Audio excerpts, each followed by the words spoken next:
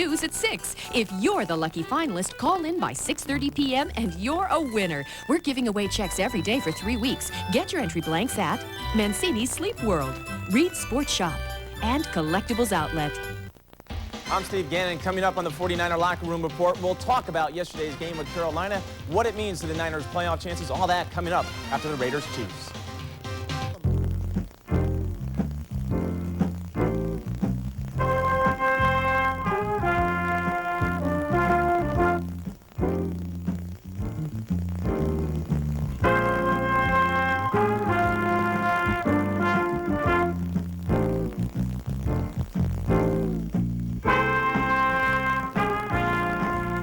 For your Windows NT solution, it's the simple solution. 1-800-99-SIMPLE. Happy holidays from Fry's Electronics. For your shopping convenience, Fry's has extended holiday hours where you'll find great gift ideas like these. U.S. Robotics Pilot 1000, the portable pocket assistant, now only $219. The motion picture invasion of the year has arrived on home video, Independence Day. Get a Panasonic DSS system for only $139 after rebate. For your holiday choices, remember your best buys are always at Fry's. Guaranteed. Stay tuned for ABC's Monday Night Football on KMTV, the San Jose News Channel. Brought to you in part by your Northern California Chevrolet Geo dealers. Check this out. Last-minute thrills, hard hits, bombs being thrown, some guy scrambling for his life, other guys running for daylight. Sounds like my kind of action movie, but this one's called The Chiefs and the Raiders. Whoa, whoa, whoa, this title needs some kind of work. How about, are you ready for some football? Give this one an R rating, R for rivalry. When the Chiefs play the Raiders, it may be too violent, too graphic for some viewers.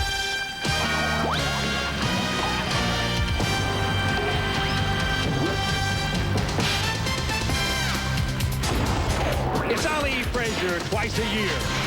The NFL's Hatfields and McCoys fighting and feuding in the AFC West. Action hero Marcus Allen started out as a Raider. Now he's a Chief. I can remember way back when I was a youngster, I was watching the Raiders and Chiefs play. A fight ensued, and I think they've been fighting ever since. They've been going at it like this since 1960. A lasting peace is light years away.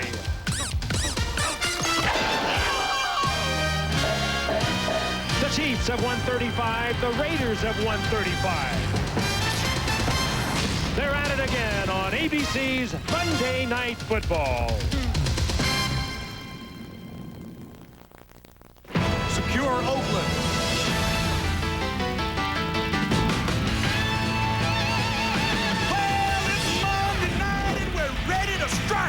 Our special forces are in full flight.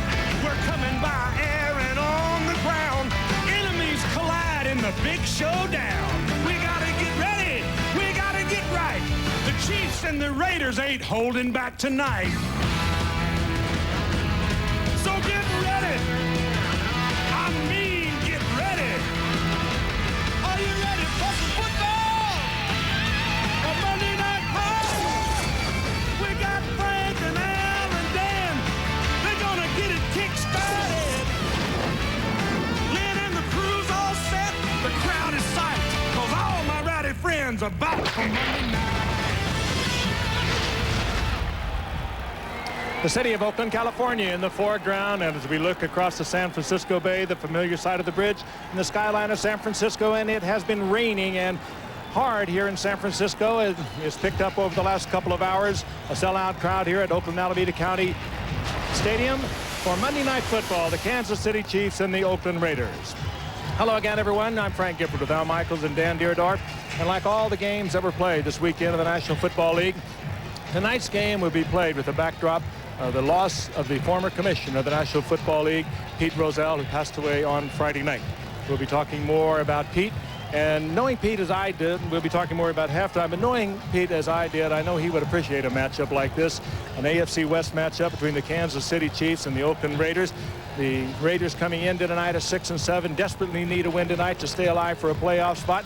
And Kansas City coming in knowing that they have already clinched a playoff spot, a wild card, if they can win tonight. And they have been dominant over this Raider team, Al, particularly through the 90s. But Marty Schottenheimer himself has a tremendous record for the Kansas City Chiefs over the Raiders. They really have the Raiders number. In fact, they've won 7 straight, Frank. And during the decade of the 90s, 12 of the 13 regular season meetings have been won by the Kansas City Chiefs, a team that was 13-3 last year. Flopped in the playoffs, but President Carl Peterson and Marty Schottenheimer decided to keep the core of the team together for consistency. Their record is 9-4. They have been fairly consistent, but have made a major change at the most critical position, quarterback. Steve Bono is out. Rich Gannon is in for the balance of the season, a 9th-year journeyman who previously had played with Minnesota and Washington. He guided the team to a win on Thanksgiving Day against Detroit, and instead of the West Coast offense that they employ, they are now predominantly a running team. They need big games tonight from Marcus Allen against his mates, Greg Hill, and Ganon himself, who ran for 5 first downs against Detroit. This is also an old team. The Kansas City Chiefs have 21 players 30 years of age or older. For this particular group of Chiefs, it's now or never time. And tonight they take on the Oakland Raiders, and the Raiders then have to figure at this point, how in the world do we beat Kansas City? How do they do it? Well, you mentioned in those 13 regular season games here in the 90s, Al, that the Raiders have lost 12 of those 13, and really there are some very good reasons why. In those 13 games, the Chiefs turned the ball over 9 times. The Raiders 29 times. The Raiders have committed almost 40 more penalties than the Chiefs in those 13 games. So Mike White knows that if he can cut back on those 2 areas alone, they have a good chance to win the ball game tonight. Mike White also knows at 6-7 that probably they have to run the table to finish up at 9-7 to make the playoffs. Now they do some things well, and one of them is that they're in every ball game they play. Of their 7 losses, 6 of them have been by 6 points or less. So you know they're playing hard, and 2 of those losses were in overtime. If they're to win tonight, they have to run the ball effectively, and they can. They're number 3 in the NFL. Down on the field, though, with Lynn Swann right now is the head coach of the opponent, the Kansas City Chiefs. That's Marty Schottenheimer. Thank you very much, Dan. Marty, the guys upstairs have all talked about the dominance of this team over the Raiders. But is it a matter of just fundamental football, or as Derek Thomas would suggest, it's more a matter of the heart? Well, I think it's been a matter of us being able to take the ball away from them more than they've done so with us. That clearly is the one thing that you can identify that's been a part of this recent contest. All right, but there's still a lot of motion in this ball game. Rich Gannon's going to start for you. He's never started against the Raiders. How do you assess his state right now? Well, you know, listen, he's an accomplished player. He's got a lot of experience. Our whole football team's got to try to meet the challenge of playing a Raider team that's much better now than we were when we faced them early in the year, Lynn. I know you've been very successful. You're looking to continue that streak. Thank you very much. That's our attempt, yep. Al, I'll tell you, this field was covered up until 2 hours before the game. It's in pretty good shape considering, but the footing is going to be very precarious. Thank you, Lynn. It is a soggy field at the Oakland Coliseum, even under relatively dry conditions when there hasn't been rain for a while. And here we go from Oakland with Louis Aguiar kicking off a line drive taken at the goal line by Napoleon Kaufman. And Kaufman, who will see a lot of action at running back tonight, runs the kick back to the 16-yard line, tackled by Jerome Woods. And Jeff Hostetler, who guided the Giants to a win over the Buffalo Bills in Super Bowl 25, now in his 4th season with the Raiders. He has Harvey Williams starting in the backfield, the ex-Chief, along with Derrick Fenner. Jed and Brown outside, Ricky Dudley, the tight end from Ohio State.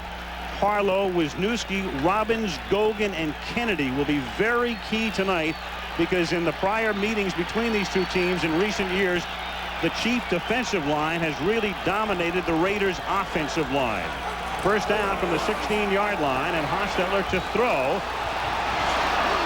The secondary does its job, and he has to throw it away. It'll be 2nd down and 10. Good work by the Kansas City secondary. Let's take a look at Kansas City's defense. The base 4-3. Smith, Phillips, Saliamua, and Booker up front. Then the linebackers, the great Derek Thomas with Simeon and Anthony Davis, and a good secondary.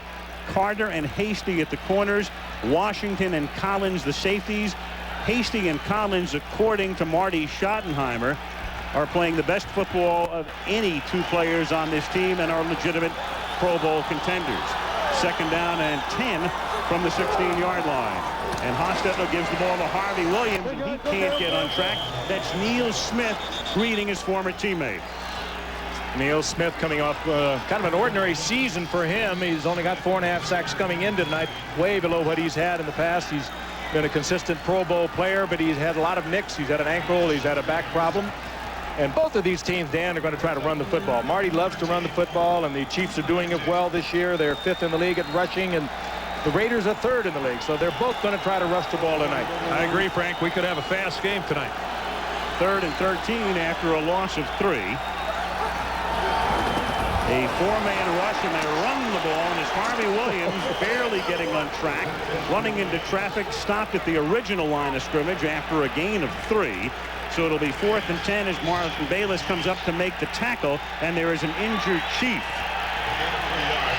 The injured Kansas City Chief is the defensive end Vaughn Booker, who bookends Neil Smith, the defensive left end, shaken up. Oh, you just saw him reach back with his right hand and tap his right leg. Vaughn Booker giving the Kansas City training staff some idea what's wrong. So bad news for Kansas City. On the opening series of the game, one of their starters is down.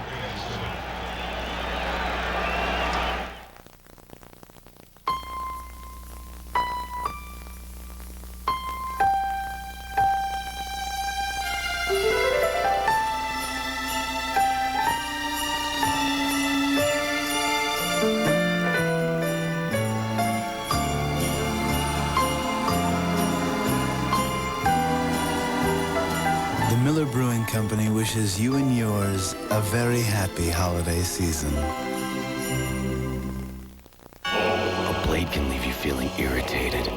What would possess it to do that?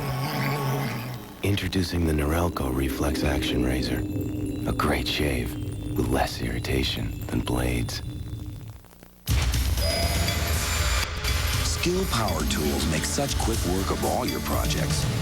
You'll find time to get out there and work on all kinds of things. Skill Power Tools. Think of all the things you can do.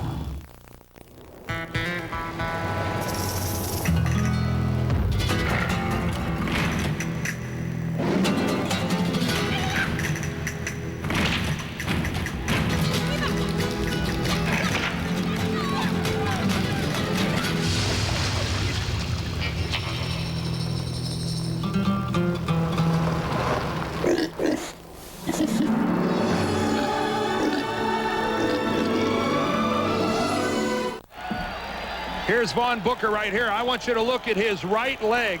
He's going to be cut by the left tackle, Pat Harlow. Watch it flex to the inside right there.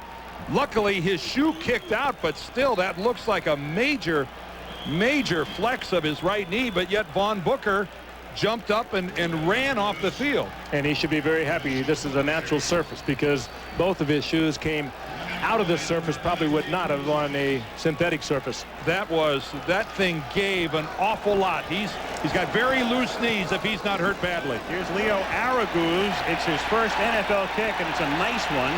Fielded by Kamarick Vanover at the 33-yard line, and he's able to turn the corner and bring it back to the 45. Araguz picked up from the World League's Rhine, Germany Fire. That's the name of the team, the Rhine Fire, and supplanting the injured Jeff Cossett. All right, so Rich Gannon now in his 9th season out of Delaware, originally drafted by the Patriots, was a backup mainly at Minnesota for a few years, then went to Washington, and now it's in his hands.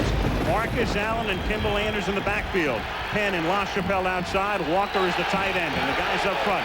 Criswell for the injured all. Zock, Grunhard, Shields, and Sigler. Good interior 5. First down, Kansas City from the 44-yard line. Fake to Allen, and Marcus does his job with a block, and Ganon goes deep for LaChapelle, and it's broken up by former Chief Albert Lewis. 11 seasons at Kansas City, and now with Oakland. And in great position. Take a look now defensively at the Oakland Raiders. Up front, Lance Johnstone, a rookie out of Temple, with Russell Maryland, the ex-Cowboy. McLaughlin having a great year, and Swilling.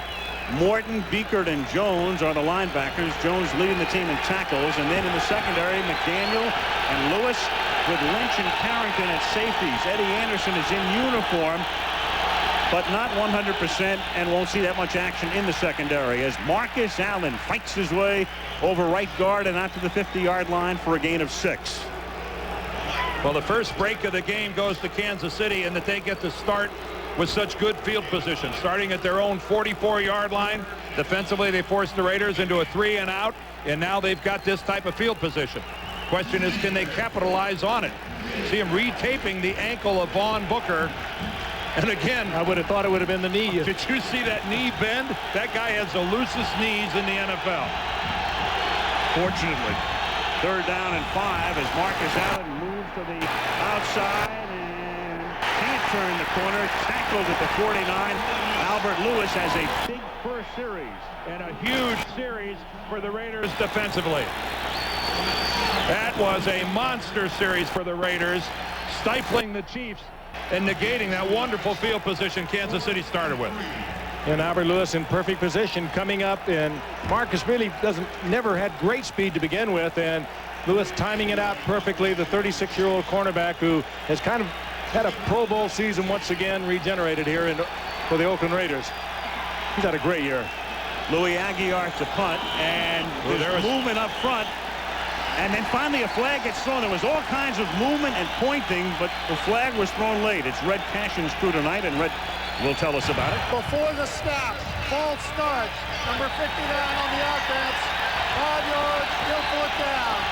Mike Stock, the special teams coach. It's Donnie Edwards who moves, and hardly a harmful penalty under these circumstances. It simply moves the line of scrimmage back to the Kansas City 46 and gives Aguiar a little bit more room to work with. Tim Brown has returned more kicks than any man in the history of the National Football League, more punts back to accept it.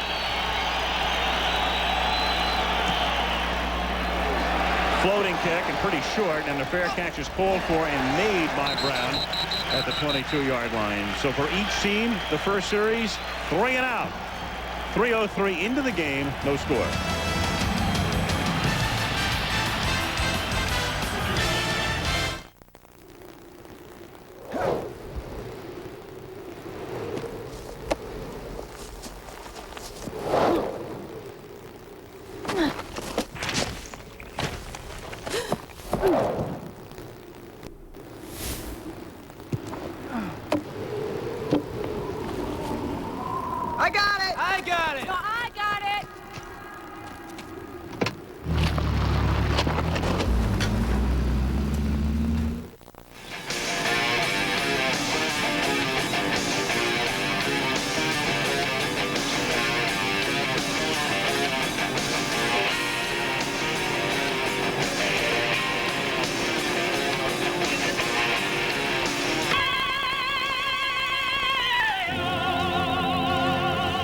Get more boombox for your buck.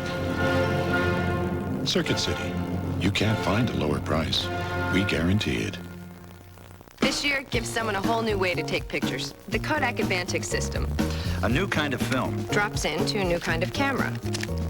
Simple. Together, they give you amazing pictures. In 3 different sizes.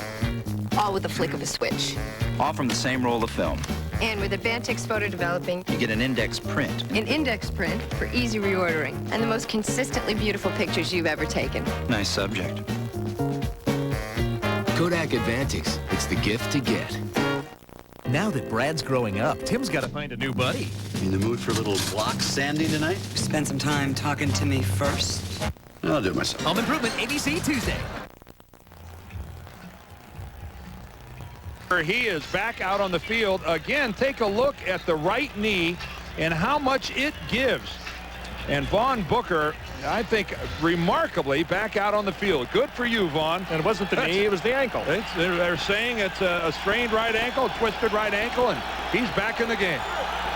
Misses nary a play. It's 1st and 10 from the 22-yard line. Hostetler throws, and it's caught underneath and juggled by Ricky Dudley, who almost lost the football. He's the rookie from Ohio State.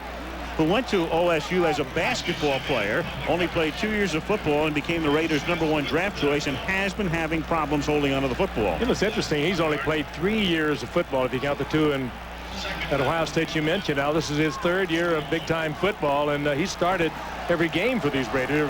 I think he started in the 3rd game. He got real fortunate there. Neil Smith actually knocked the ball back into his hands. 2nd and 11. Hostetler hangs in the pocket, and the pass is caught by Harvey Williams, who gets tackled immediately up at the 25-yard line by Anthony Davis. Mike White giving Harvey Williams the start tonight, I think, more because of his background with Kansas City, thinking that Harvey would have a real emotional edge going against his former teammates. He feels that he was wronged by Marty Schottenheimer and Carl Peterson and wasn't used correctly in Kansas City. And Mike White going for every emotional edge he can get in this game. He's got to try to turn the tide somehow. Rain coming down steadily on a 57-degree night. 3rd down and 7 from the 25-yard line. 5-man rush. They pick up Davis coming in over the middle, and Dale Carter comes in to knock down the pass. So he has not had a first down in the game. 3 and out go the Raiders. Darryl Hobbs was the intended receiver. Boy, and Dale Carter was in a lot of traffic. That's a good defensive play on a very tricky field. He got himself in all kinds of traffic. Now watch number 34 right to the left of your screen.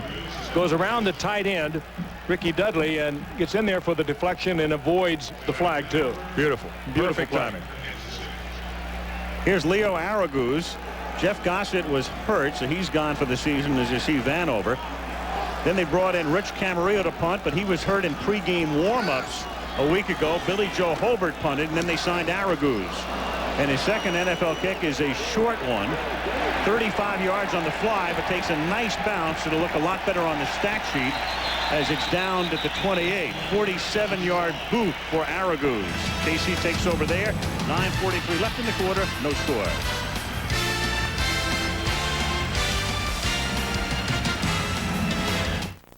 Visa presents Inside the Numbers. Visa, it's everywhere you want to be.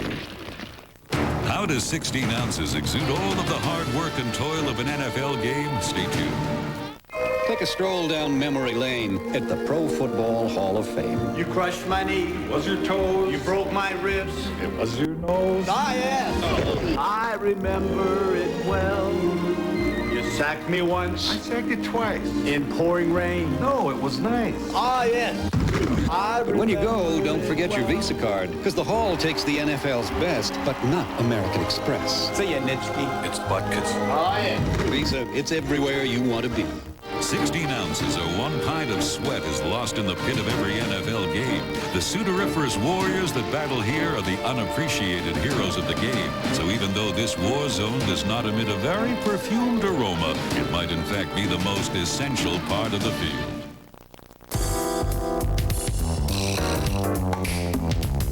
You told us you wanted a truck with more playful performance. So for the all-new Dodge Dakota, our engineers matched quick ratio steering with a precision-tuned suspension, making it a blast to drive. Now, when Dakota responds precisely to your input, you'll know it's because we did too. The new Dodge Dakota. It's full of surprises. When their favorite police dog goes to that fire hydrant in the sky, Mike gives the eulogy. Man was his best friend. And as far as hobbies, licking himself. Spin City, ABC Tuesday. Wednesday night here on ABC, Craig T. Nelson is back starring as Coach as it returns to ABC with a brand new episode, part of the Wednesday night lineup. And then on Thursday night, High Incident, Murder 1, and Turning Point right here on ABC. 9:43 left in the opening quarter, and Oakland no score. Chiefs with the ball from their own 28. Ganon back in the pocket. Fires a little bit low and incomplete, intended for Chris Penn, who has become the Chiefs' leading receiver this year. They lost Lake Dawson early in the season, and that was a big loss. And then they let Willie Davis go. He was the only starter they elected not to re-sign. He went to Houston. Good-looking protection, beautiful pass route, classic setup by the quarterback. And a bad throw. A horrible throw. Almost. It was only about 3 yards short. Steve Bono wearing the headset. The erstwhile starter now backing up Ganon. 2nd and 10, and they give it to Marcus Allen, and he picks about 3 up over the middle as he takes it to the 31-yard line. Tackled by Beekert. Monday Night Football is being brought to you by Miller Lite. When you've got the great taste of an ice cold Miller Lite, life is good. Priority mail from the U.S. Postal Service. Circuit City, the choice for price, selection, and service. And Jeep, makers of the Jeep Grand Cherokee, and Wrangler. Coming down in Oakland. Steady rain most of the day. Soggy field. 3rd down 7 at the 31-yard line. We've not had a first down in the game. And we play 6 minutes as Ganon throws off his back foot and errantly intended for Sean LaChapelle. The corner blitz was on, but it was picked up fairly well. Ganon just kind of panicked a little bit back there and could have got the ball to LaChapelle. It did appear. He read the blitz. And Kansas City reacted to it rather well. He had time to throw the ball and just overthrew it. Well, they overloaded that one side. The initial blitzer was picked up, and then Ganon could have held it for maybe another half a second. He certainly could have delivered it a little more accurately. So neither one of these teams off to a blazing start offensively yet. Here's Aguiar's 459th career punt. He's never had one blocked. There's a flag down. It's a low liner fielded by Brown at the 32-yard line, and he's forced out of bounds up at the 40, and we'll see about the flag. Red Cashin, the great Red, we love him, with his trademark first down call in his last season as an NFL referee, and tonight obviously his last Monday night game as a ref. And the way Oakland. The way the first downs are going in this game, that's right. Red may go quietly into the night. It's against the Raiders. It's a 5-yarder though for offside and not enough for the first down, so KC will still have to punt. Mike White awaiting offside. the call. Number 23 on the defense. 5 yards, still 4th down. Putting a little slippery, and I think Aguiar is just being a little careful. He goes one of those line drives to Brown. He's liable to have it run right down his throat. Well, that was Aguiar's second punt of the night, and his first one wasn't exactly a thing of beauty either. So Louis still looking for his first really good punt of the evening. There it is, the NFL record for most punts without having one block. Earlier this year, he had one deflected. The long went past the line of scrimmage and was recorded as a 1-yard kick. The long snapper gets a lot of credit for that. Oh, yeah, through the years. At the 19-yard line, that's taken in by Brown. Oh, looking for room. Aguiar tries to stop him and is able to slow him down and knock him down at the 46-yard line. Oh, they get on Tim Brown about that. But he made a little move right about midfield. He lost his footing and was on his way down, actually helping Aguiar make the tackle. But Louis, he saved it.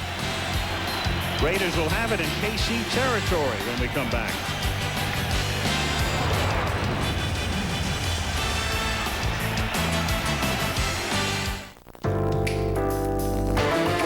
Our engineers gave it the largest interior in its class. They made room for the biggest engine available and specified the longest wheelbase. Then they added one more surprise, the taut, precise steering feel of a sports sedan.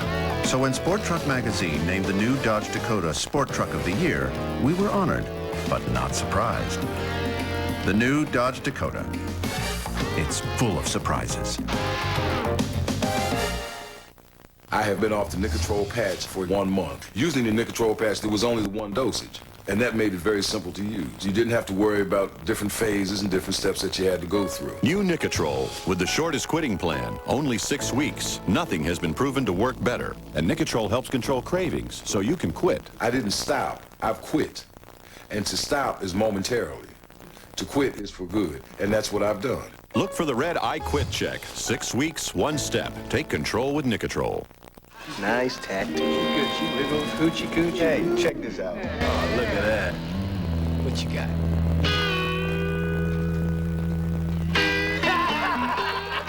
Puppy.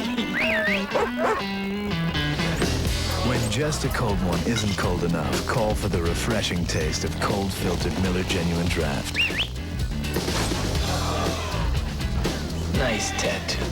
Is that right? Cold-filtered Miller Genuine Draft. Stay cool. This Wednesday, Grace is kicking off the night with a hilarious show at her brand new time of 8/7 Central. Wow. Wednesdays are changing on ABC. He came early. Yeah, that cigar is looking a little soggy there. A Raider Santa Claus. I think he did get here early. Have a Tampa, buddy. At the 46-yard line, this is Napoleon Kaufman breaking one to the short side of the field, runs by Hastings, and then Collins is able to tackle him at the 1-yard line. As the run of the year. What moves by Napoleon Kaufman.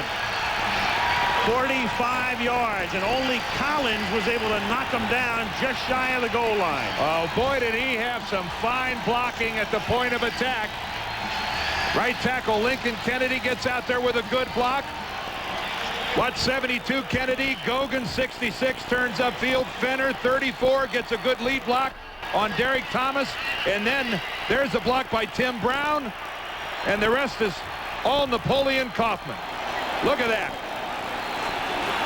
First and goal, and a little sloppy on the exchange between Hostetler and Barrett Robbins, and it's Derrick Fenner stopped for no gain. Second down and goal.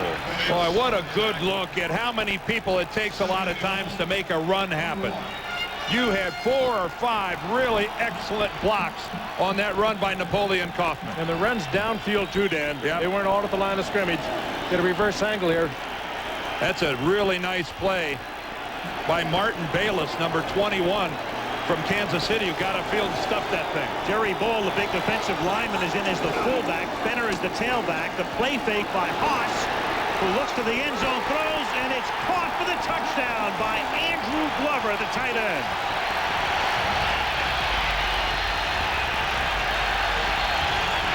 Well, Jeff Hostetler has always been one of those quarterbacks that when he comes outside carrying the football, he is not a perceived threat. He's a legitimate threat to carry the football into the end zone, and that's what made that play happen. Exactly, Dan. He started to pull it down and run with the football. He looks for a receiver. Now, caught in the mix is Brian Washington. Do I come up and make the tackle, or do I let him throw the football? He let him throw the football, 6 points. Washington was the only Kansas City defender in a position to make a play on Hostetler. He took 2 steps upfield. Jeff read it, froze him, had a relatively easy touchdown. Cole forward for the point after. So Kaufman picks up the game's first down on a scintillating 45-yard run. Glover scores his first touchdown in over a year, since October of '95. 6:59 left in the quarter. 7-0 Raiders.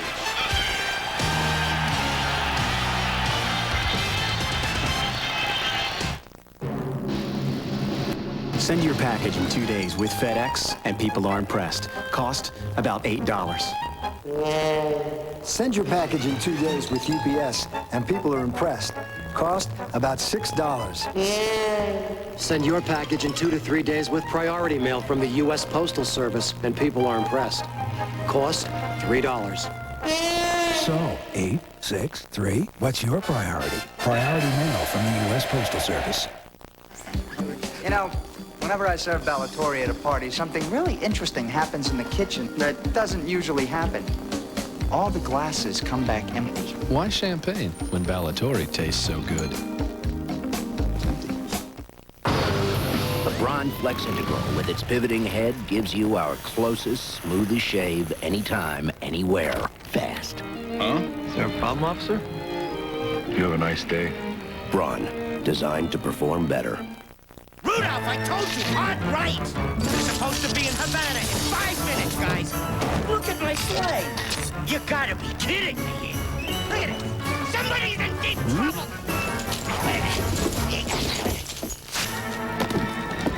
Oh, yeah. The VersaPack system by Black & Decker.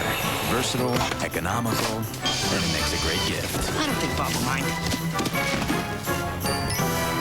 VersaPack by Black & Decker.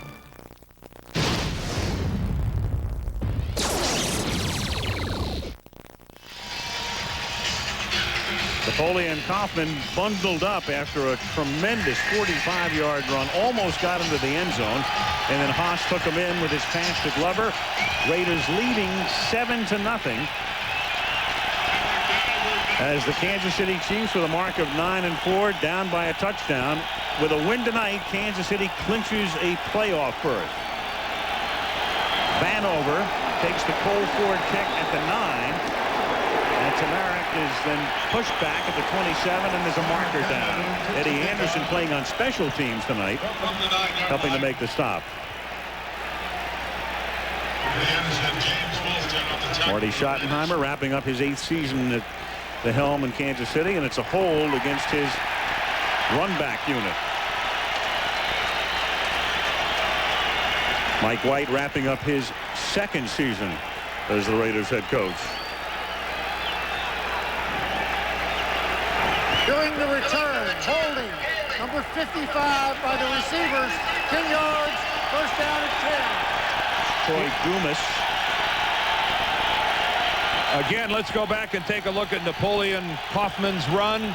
Just all the moves. He danced outside of Dale Carter to that side. James Hasty here, number 40. Watch him. He goes for the football, not for Kaufman. That's all he had left to go for, Dan. Kaufman will have none of that. Great move to the inside. Collins tries to strip it. Kaufman hangs on. Now the Chiefs from the 18-yard line. Here's Marcus Allen breaking one to the left side up to the 31-yard line. A pickup of 13 for the former Raider. First down for Kansas City. We watched Marcus early in the game. Well, he came out very early because his back was bothering him. It was very stiff. He was stretching, and we watched him, and we were wondering whether he was going to be able to play tonight. Well, he's walking off the field very gingerly right now. I talked to Paul Hackett in the hallway as the offensive coordinator of Kansas City, said it was troubling him, but he thought he'd be all right tonight. But he's left the field. You have Greg Hill in the game. Hill has been seeing a lot of action. In fact, it's almost 50-50 now on Hill's first carry of the night up to the 32. Still, if Allen can't go, that means Hill would play a lot. So it's not that harmful, but what the two guys do back and forth is really give you a great change of pace.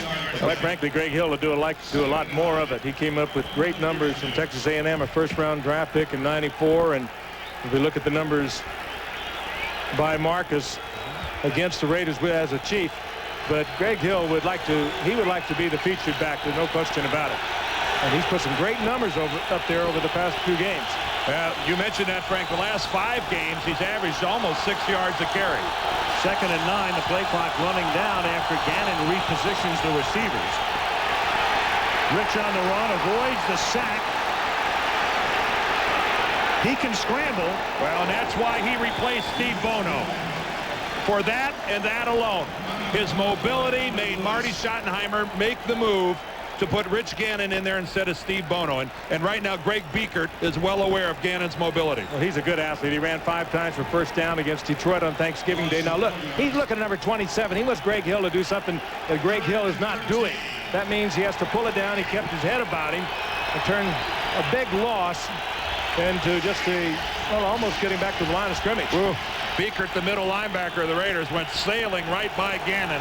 You know a middle linebacker hates to miss a shot on a quarterback. 3rd and 13. Play clock down to 2. Gannon buys time, hangs in, throws high, and it is picked off at the 50-yard line by Darren Carrington. And he brings it back to the 30-yard line. Ball overthrown. LaChapelle, the intended receiver. I don't know whether it was deflected or not. LaChapelle went up for it. But Carrington, who started for Eddie Anderson tonight, comes up with a big interception. And that's Gannon's first interception of the year. And it hurts. LaChapelle on a crossing pattern. Good protection. LaChapelle goes up. No, I don't think he touched it. It was just a good high ball play by Carrington. That ball was high and behind LaChapelle. Just not a very good throw by Rich Gannon. Raiders at the Chief 29, 4:44 left in the quarter. Oakland leading 7-0. And Haas going for 6, going for Brown, but he was well covered. Hasty with the coverage. 2nd down and 10. But we asked Marty Schottenheimer last night. The question was put to him, if Gannon has a bad half, what do you do? Would you go back to Bono? He said, absolutely not. I don't want a quarterback controversy. It's Gannon all the way. Gannon tonight is 0 for 4 with a pick at the outset. Well, we'll see. Yes. 0 for 4 with an interception. Will make you hedge your bets, won't it? 2nd down and 10 in a big game. 2nd and 10 to the 29-yard line. And this is Harvey Williams taking it to the 25. They are very deep, are the Raiders, in the backfield. As you look at Carrington, they have Kaufman. We've seen him tonight. They've got Harvey Williams. Mike White says he's my best all-around back. They have Derrick Fenner, and they have a kid named Joe Aska, who's averaging 5.5 yards a game but can't get into the game. Gannon checking out some of the Polaroids that have been sent down. Those Polaroids usually snap right after the snap of the ball to get the defensive movement.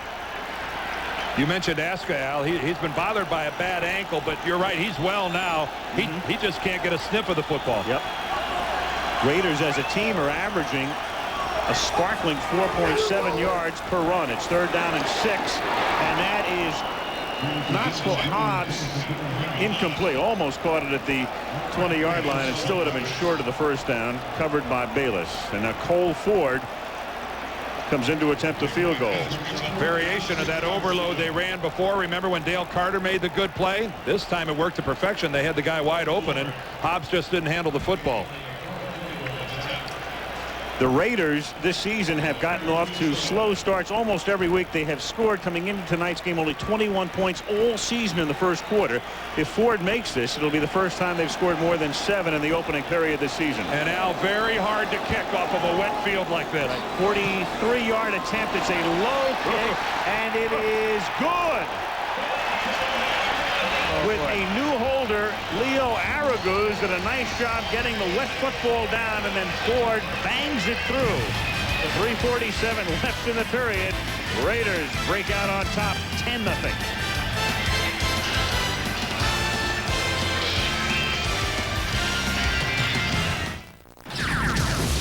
Mars attacks. Jack Nicholson as the president. Yikes. Glenn Close as the first lady. Annette Bening, Pierce Brosnan, Danny DeVito, Martin Short, Sarah Jessica Parker, Michael J. Fox, Rod Steiger, Jim Brown, and Tom Jones. I want the people to know they still have 2 out of 3 branches of the government working for them, and that ain't bad. Mars Attacks on Friday the 13th. Rated PG-13. Well, it was a line drive, but it was a good snap by the punter Araguz to get that snap down. Well, you can throw, there's a good illustration that you can throw a knuckleball for a strike as well as a fastball. Cole Ford got that thing through, but credit Leo Araguz, his holder. That snap was high and behind him. That's Dan Turk, the snapper. Araguz, though, got that baby down and allowed Ford to have a shot at it. 43-yard field goal. It's 10-0, and Ford to kick off, and it's a short kick. And Vanover takes it at the 14-yard line. And Tamarick brings it back out to the 31-yard line. He's tackled there by Eddie Anderson. We go to Florida next Monday night, the next to last weekend of the season. And the Miami Dolphins reeling now with Jimmy Johnson completing his 1st season. And they're at home hosting the Buffalo Bills, coming off that loss yesterday to Seattle. And it's a very critical game in particular for the Bills, still chasing the New England Patriots in the AFC East. Buffalo against Miami, always a good rivalry. Next Monday night for Miami. Jim Kelly a question mark in that game. Yep. Midweek decision, they say. 3:39 left in the quarter from the 31-yard line. Marcus Allen back in the game. And Allen, a hard-earned 5 yards up to the 36-yard line. That 5-yard carry could have easily been 2. Good second effort by Marcus, picked up an extra 3, and there's a man who's a little bit familiar with this stadium. Hall of Famer Art Shell, one of the greatest offensive tackles in the history of the game, played in this stadium. Was the coach of the Los Angeles Raiders for a number of years when they played in the Coliseum down in Los Angeles. And what wonderful memories Arthur must have when he walks into this structure. 2nd down and 5 from the 36-yard line, and they give it to Allen again, and Allen picks up 2, and he's tackled there by Mike Jones up at the 38-yard line. It'll be 3rd and 3 with under 3 minutes to play in the quarter. You look at Art Shell and you think of some of those great Raider teams. Art walked onto a field, had Gene Upshaw to one side, Dave Casper to another, looked out, Fred Biletnikoff split to the outside. The snake end of the center. Yep. Otto the center. Yeah. Otto, Dalby, what magnificent teams and magnificent characters. There's Biletnikoff right there, the receivers coach for the Raiders upstairs in the press box. Another Hall of Famer. This franchise is littered with Hall of Famers. 3rd down and 3 from the 38. And Ganon throws, and it's caught underneath by Cash at the 41, and that's very close to a first down. Keith Cash, the tight end, very close. And Red Cashin says first down. Gannon got in there. Mike Jones was all over Keith Cash, and Gannon was able to slide it in. That's number 52. Mike Jones followed him all across the line of scrimmage. Gannon throwing right between two Raiders to get the first down. Gannon's first completion of the game, coming 13 minutes into the game from the 41-yard line. Here's Allen. Exploits a hole over the left side, and the 36-year-old takes it up to the 47. Marcus still with no thoughts, at least right now, of retiring. Definitely wants to come back and play next season.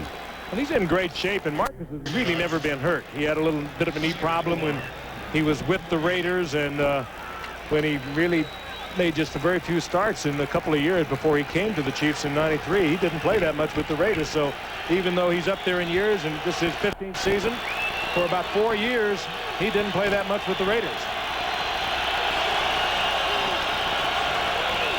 2nd and 5.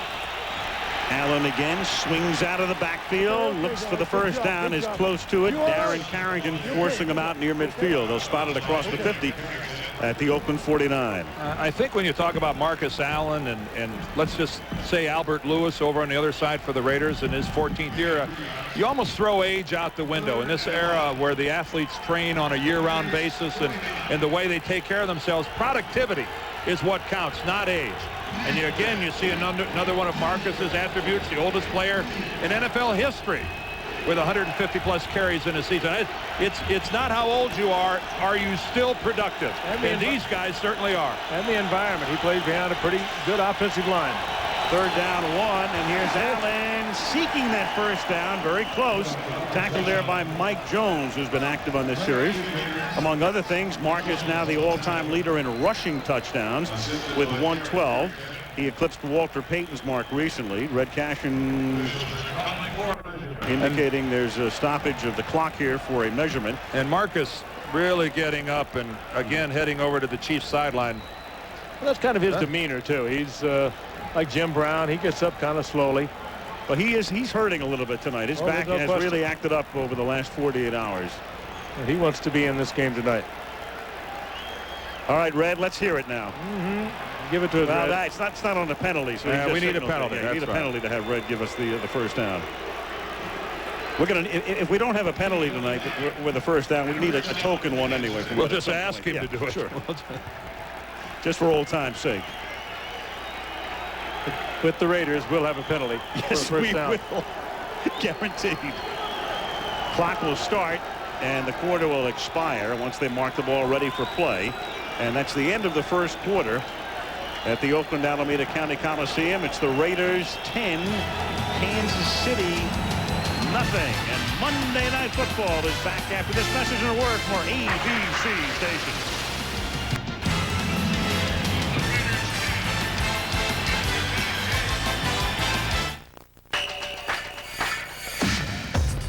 Together we are better than we could ever be alone. We'll be a team forever. The world is ours to own. You're a part of me. That's the heart of me. Dr. Pepper, you're a part of me.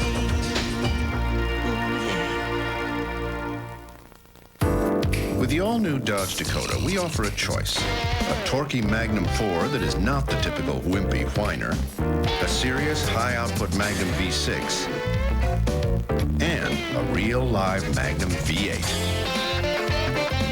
The only V8 in its class. 468. Now who do you appreciate? The new Dodge Dakota. It's full of surprises. Wednesday, holiday buyers beware. It may be one of the largest crimes going. Hidden cameras take you inside a pickpocket ring. You'll see how they work. Chris Wallace exposes the tricks of the trade. Primetime gets it done. Wednesday on ABC. Now at the Capital Oldsmobile GMC outlet, it's an instant markdown on 97 GMC trucks. Absolutely amazing. These prices prices are lower than I've ever seen. The largest inventory in California from the #1 GMC outlet in the state. 300 GMC trucks have been authorized to sell at 97 instant markdown closeout prices. Get a 97 Sonoma Extra Cab for $189 a month. Get a 97 Safari Van for $297 a month. Why wait and pay more? These are 97s. At the Capital Oldsmobile GMC outlet, Capital Expressway, San Jose. 49er locker room report tonight after the game. First down, Kansas City at the 49 of the Raiders. Al Michaels, Frank Gifford, Dan Deerdorf, Lynn Swan start the second quarter. Greg Hill is in the game at running back. And some miscommunication on the handoff, and Lorenzo Lynch tackles him in the backfield. Frank, you mentioned Pete Roselle at the top, and another thing he would have been thrilled about is that with 2 weeks to go following tonight's game in the AFC, 13 of the 15 teams are still eligible for the playoffs. Only the Jets and the Ravens have been eliminated. Kansas City can clinch a playoff spot tonight if they win, and the Raiders are alive, win or lose. Well, he would be proud of so much that has taken place and took place on his guard. And, of course, when he turned it over to Paul, things have changed. They've gone to 30 franchises. We'll take a look at some of the accomplishments at halftime, but I know he would be proud of that, Al. And a lot of people, you know, they say, oh, it's parity. What's wrong with parity? If you're a hometown fan, you're in the competition. And right now, the Kansas City Chiefs, who have qualified for the playoffs, aren't playing like it.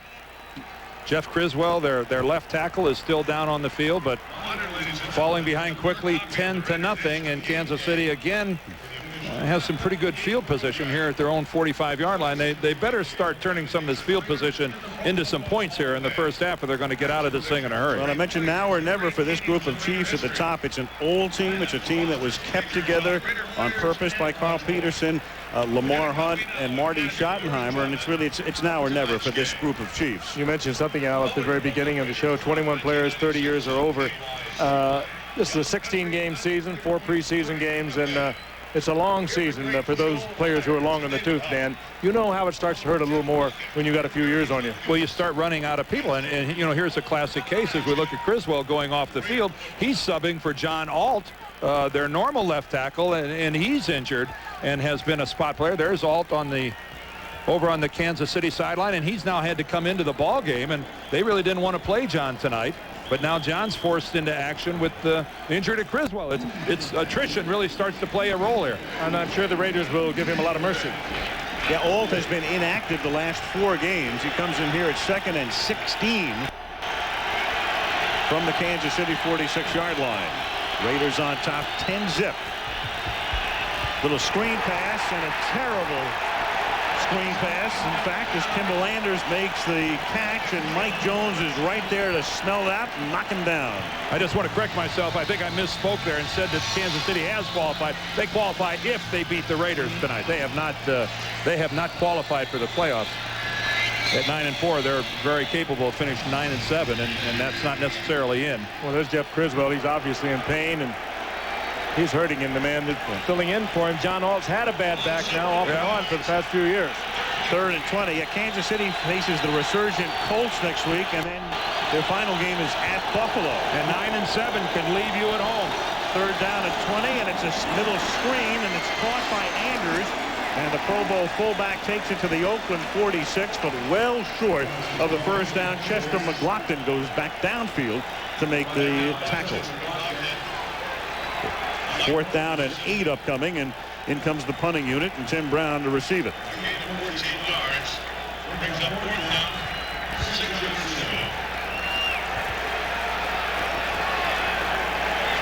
Louis Aguiar has been a valuable man for them, punter, and now the kickoff man as well, and the holder. Well, he hasn't hit a good one all night. Watch him bang this one all the way back in the end zone for a touchback. Not what he wants to do here. You want to put it out inside the 10 if you can. Brown is calling for a fair catch, and he's going to let it bounce, and a great bit of deception by Brown because Jerome Woods couldn't make the play, or see if they do. No, I think he touched it at that spot. Close. But they're not going to give it to him, are the they? officials looked at each other, and Woods was not able to save it from going into the end zone. But a great bit of deception as you look at Mike Stock, the special teams coach. Deception by Tim Brown.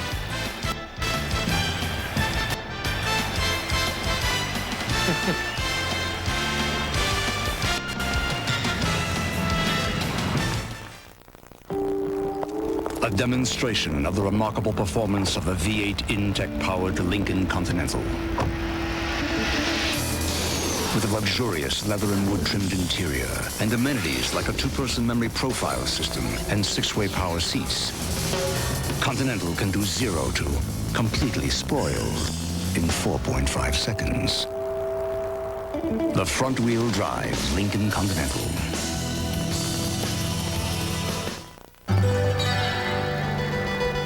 Prudential has helped protect and support families for over 120 years.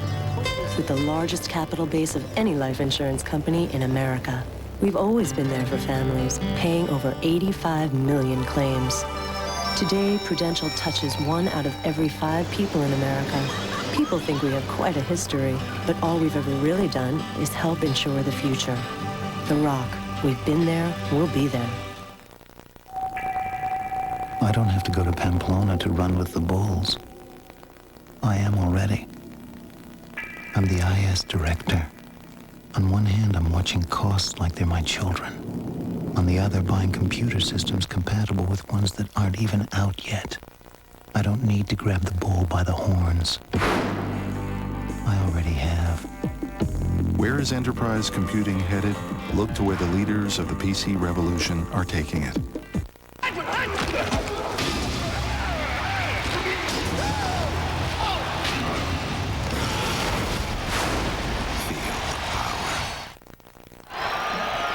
John Alt on the left talking to Jeff Criswell saying, get better, get back in there. Looks like Criswell's feeling better, putting his sock back on. Hostetler, meanwhile, and the Raiders take over, and it's dropped by Ricky Dudley at the 23-yard line. It'll be 2nd down and 10. That was just the number 1 draft choice. That one just a little low for Dudley. Good basketball player, as we mentioned before. It's really only his 3rd year of big-time football. Great prospect, 6'6", 250-pounder. One of the principal reasons Eddie George raced to a Heisman Award a couple of years ago was his blocking. And Terry Glenn, the Ohio State wideout, the Buckeyes had 3 first-round picks last year in the NFL draft at the 20-yard line on 2nd and 10. This is Napoleon Kaufman. Kaufman is now averaging 5.9 yards per carry. After that 45-yarder earlier, league average 3.8. Monday Night Football is being brought to you by Dr. Pepper and your local Dr. Pepper bottler. Dr. Pepper is just what the doctor ordered. Prudential, serving the insurance, health care, real estate, and financial needs of 1 in 5 Americans. And the complete line of 1997 Lincoln and Mercury automobiles. 3rd and a short 2 from the 28-yard line. Kaufman offset in the backfield. Haas having trouble getting everybody set. Looked like a debate. Gets the play off, and it's a bad-looking initial part of the play, and it's thrown out of bounds. One thing about had free reign that time. One thing about that play, it didn't get ugly. It was ugly. It was ugly from the very beginning. They can run that back and let you analyze that, Dan. There's Joe Bugle, their assistant head coach, head of their offensive line over, and he's saying right now that is not the way we worked on it all week. Now they're in a passing formation. With a passing formation, the Chiefs don't have to play the run at all. They come up and show them all sorts of looks, and nobody bothers to block Neil Smith, number 90. Lincoln Kennedy lets him go. And Jeff right now is saying, thanks for nothing. With all of that, the Chiefs just dropped back into the regular 4-3. See, team ought to be penalized for running a play that ugly. Penalty here because Greg Minuski was across the line for Kansas City. Was he induced is the question. If it's against Kansas City, it's a 1st down. And because it's only 4th and 2. Before the snap, false start. Number 96 on the offense. 5 yards, still 4th down. The old inducement. Yep, Paul Butcher providing the inducement. He looks like a guy with the name Paul Butcher. He's one of their better special teams players all the way to the left side. You see the movement first by Kansas City. Greg Minuski, he moves, but Butcher reacts to that, and that's a false start.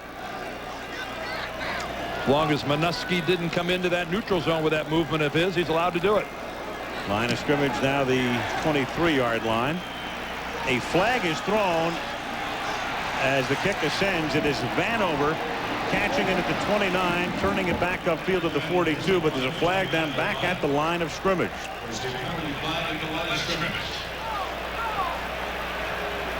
Red checking this one out. Ineligible man downfield against Oakland. You have to wait until the ball is snapped. And I'm going to take a guess that Andrew Glover was way down there before the snap of the ball. Well, given the good field position, Kansas City might turn this down, but they have a great punt return man in Vanover. Number 87 of the Glover. Kickers illegally downfield. That penalty is declined. First down and 10. Timeout. Glover it was, but it's KC football. 11:41 to the half. 10-0 Raiders.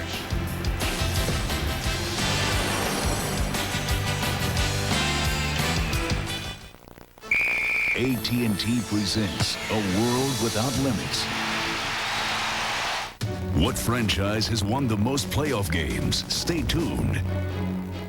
No matter what kind of call your business makes, AT&T stands behind it. This is the most powerful communications network in the world. And if your call ever runs into trouble, the network sends you around it. Or if a cable gets cut, it won't affect you. No other network handles so much business, and no other network guarantees all of it. Only AT&T stands behind every kind of call your business makes. Where does your phone company stand? AT&T, for the life of your business. The Dallas Cowboys have won an NFL record 31 postseason games. From Captain Comeback and Tom Landry to Troy Aikman and Barry Switzer, the men who wear the star have proved that big games and Big D are synonymous and that playoff potential knows no bounds. Mercury Mountaineer.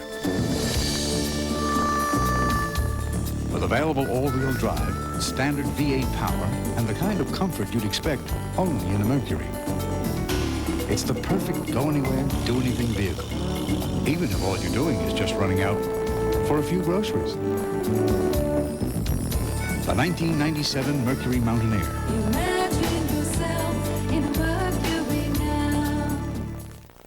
How could something so right go so wrong and lead Diane into the hands of someone else? I'm game. I'm not afraid.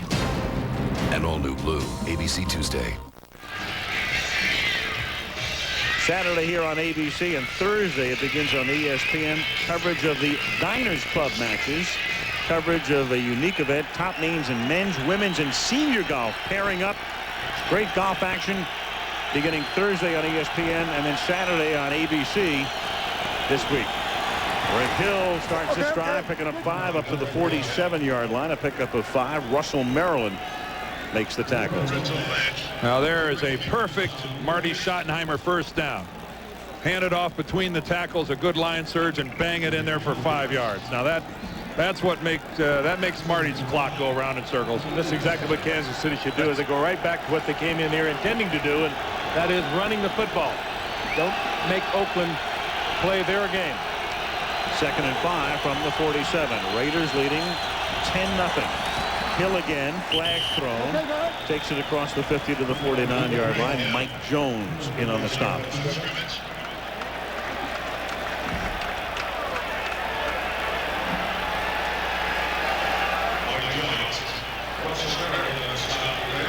Red Cashin signals offside against Oakland. Well, we might get it. We might. This is going to be. We might get it. To a first down. This is close. Yeah. They may have to measure before he gives the call here. Red will be very precise. Right. It was 2nd and 5. So now he's telling Ganon, well, you have either a first down or second, and that much, says Red. Rat. Offside. Number 56 on the defense. 5 yards. Still 2nd down. Short of the first down. That's not bad either. Offside. Yep. Meanwhile, let's take a look at the Chiefs. As you can see, early in the season, Marcus Allen and Greg Hill were off to sputtering starts. But since early November, both have been playing extremely well, each averaging more than 4.7 yards per carry. 4.7 for Marcus, 5.9 for Hill. And on second and short, here is Hill inside the 40 to the 35-yard line. The number 1 draft choice of the Texas A&M 2 years ago takes it to the 35 on a first down. Ooh, and a good job by Lorenzo Lynch, who came in and brought Hill down from behind. He had a blocker out in front of him, and Greg Hill might have made some noise headed towards the goal line if Lynch doesn't corral him. Good move there following Will Shields. His guard gets an excellent block by Shields. And Lynch stayed with it and brought Hill down. A good tackle around the ankle. First and 10, KC at the 35. The play clock is down to 5.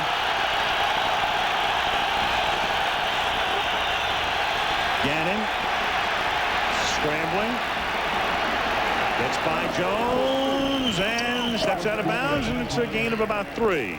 Boy, that's good work by Ganon. That's making what looked like a loss for sure, and then maybe, if nothing else, a step out and right at the line of scrimmage for an absolutely nothing play, and he ends up picking up almost 5 yards.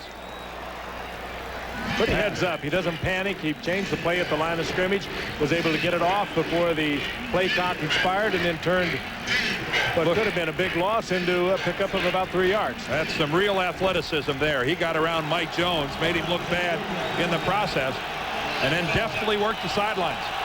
Second down call at 6. 9.5 minutes remaining in the half. Oakland leading 10-0. Hill runs into traffic.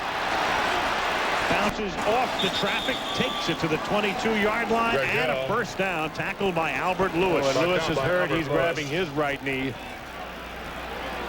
I think Albert just told the official, I need some help. Allen will come back in. Hill will go out, and they'll take a look at the down to Albert Lewis, who had a sparkling career, 11 years at Kansas City, and is playing as well as ever, according to Mike White, right now in the dotage of his NFL career in Oakland. Well, it's Albert breaking behind a good block by John Ault, Dan. And you saw the twist as Albert Lewis went down. He looks like he lands right on his backside really hard. Right there, he lands on his hip. Albert Lewis came in 1983 with that great class of cornerbacks. 2 others are still playing in their 14th year. Darrell Green with the Redskins and Lionel Washington, who's playing with Denver. That's quite a and you can see that Albert a little younger than Darrell Green. He grabbed that knee, but he didn't it didn't look like a knee when he walked off. Carl Kidd will replace him, and Miami, if they had any success at all in their loss last week to the Raiders, were able to have that success going in Kidd's direction. First down from the 22-yard line. Gannon buying time, looking, and then throwing, and it's incomplete. It is knocked down by Mike Jones, intended for Kimball Anders. Ooh, and Jones had awfully good coverage on Anders for Gannon to try to force that thing in. Mike Jones had time all over Anders, Frank. Looked like Gannon could have pulled that ball down and picked up considerable yardage. Had nobody but Mike Jones, and Mike Jones was in the coverage on Anders. And they are going to look at the right leg of Albert Lewis.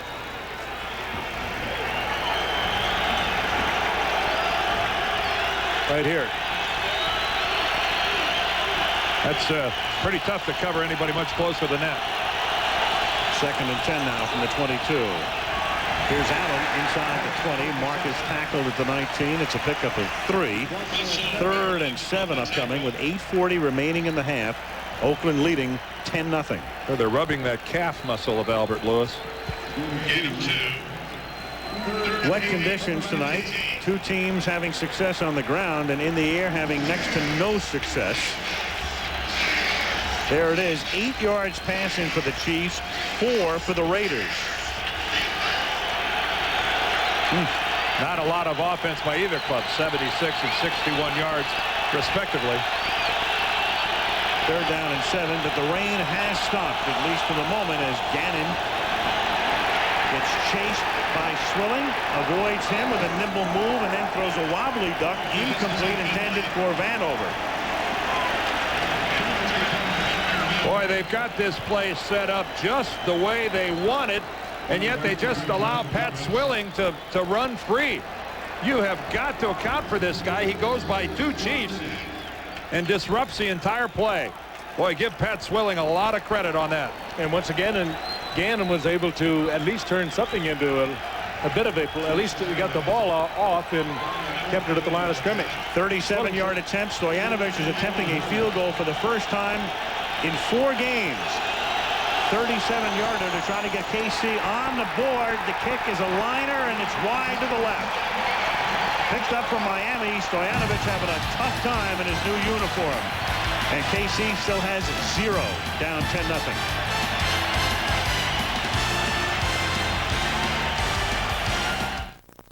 The choice between a sedan and a wagon used to be quite simple.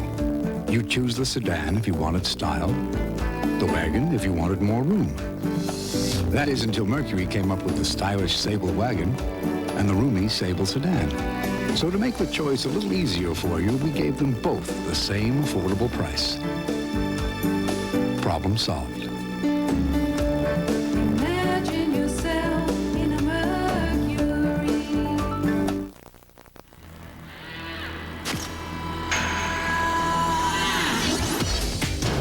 Go for the gold. The new Rebel G. Get the ultimate rush. Your mission is to find the perfect gift. If they're expecting the impossible, now you can give it to them. Tom Cruise, Mission Impossible, rated PG-13. The perfect gift. Buy it today where video cassettes are sold. From the beginning, Miller Genuine Draft is a beer unlike any other. Uniquely cold filtered for maximum refreshment. Brewed with specially selected grains, the finest malted barley, and only the choicest hops the Northwest has to offer. Miller Genuine Draft. Always smooth, always refreshing, beginning to end. Cold filtered Miller Genuine Draft. Stay cool. Division rivals meet in the AFC East. Buffalo and the Dolphins are surf and turf feast. End zone look at that last kick. Aguiar gets the ball down. Stoyanovich with a line drive, a hooking line drive. If that was a golf shot, you'd say he rolled his right hand over the top and hooked it to the left. Right into the woods. If they look at the hole, it looked like a good hole. First down to the 27-yard line, swinging to the outside and then cutting it back as Williams, gain of 3. Each quarterback to this point in the game is 3 for 9. That's terrific if you're playing baseball. Not so good in the NFL. Hostetler 3 for 9 for 4 yards, and Ganon is 3 for 9 for 12 yards. And the conditions have improved dramatically from what they were at kickoff. There's very little wind, not a lot. The rain has stopped entirely. The field certainly is soft and mushy, but you ought to be able to throw the football. The receiver knows where he's going. The defensive back, of course, does not. 2nd and 7. Haas packs it in and brings it out to the 35-yard line. He's a couple of yards shy of the first down. Ooh, and Haas taking exception here. Eric Thomas involved in the play, may have undercut him.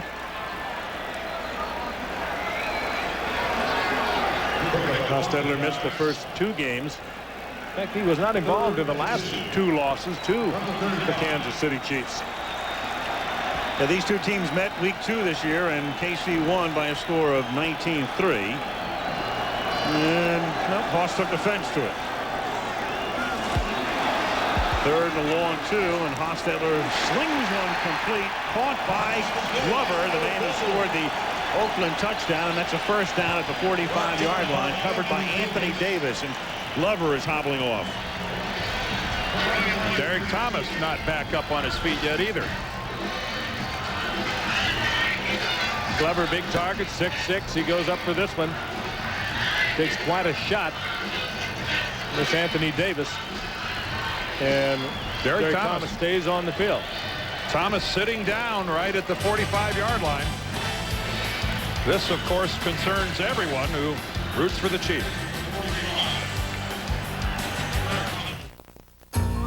What's more amazing than the places you can go on the internet?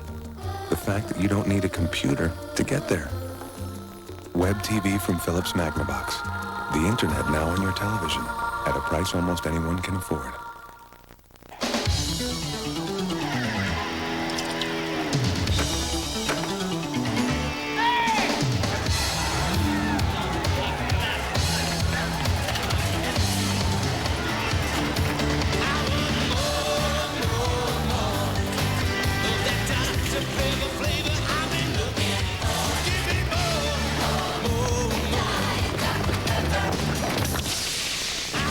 Dr. Pepper, the taste you've been looking for. This is my office, my phone, my calendar, and where I was supposed to be 10 minutes ago. I need relief. Ah, my Lincoln Town Car. Just what the doctor ordered. Its soothing comfort goes to work immediately, delivering a feeling of unsurpassed luxury and peace of mind.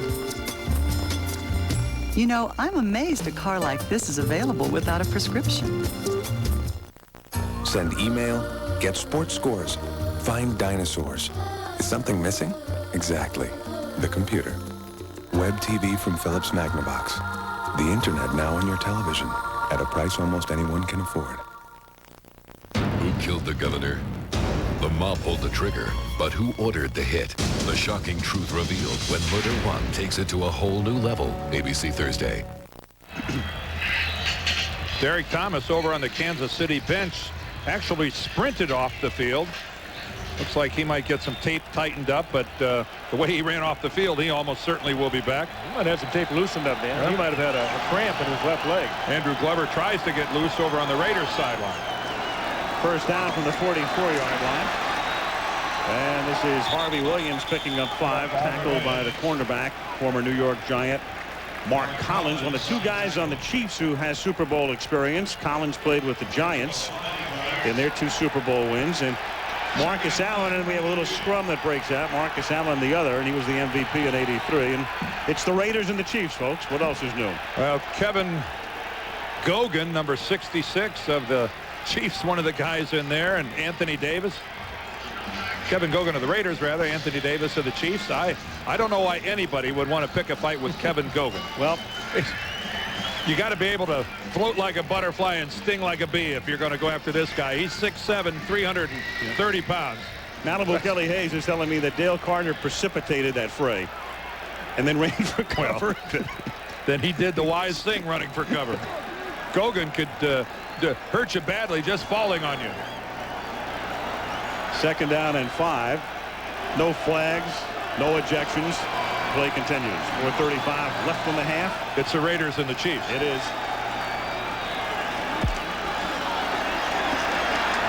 Haas throws, and that's dropped, incomplete.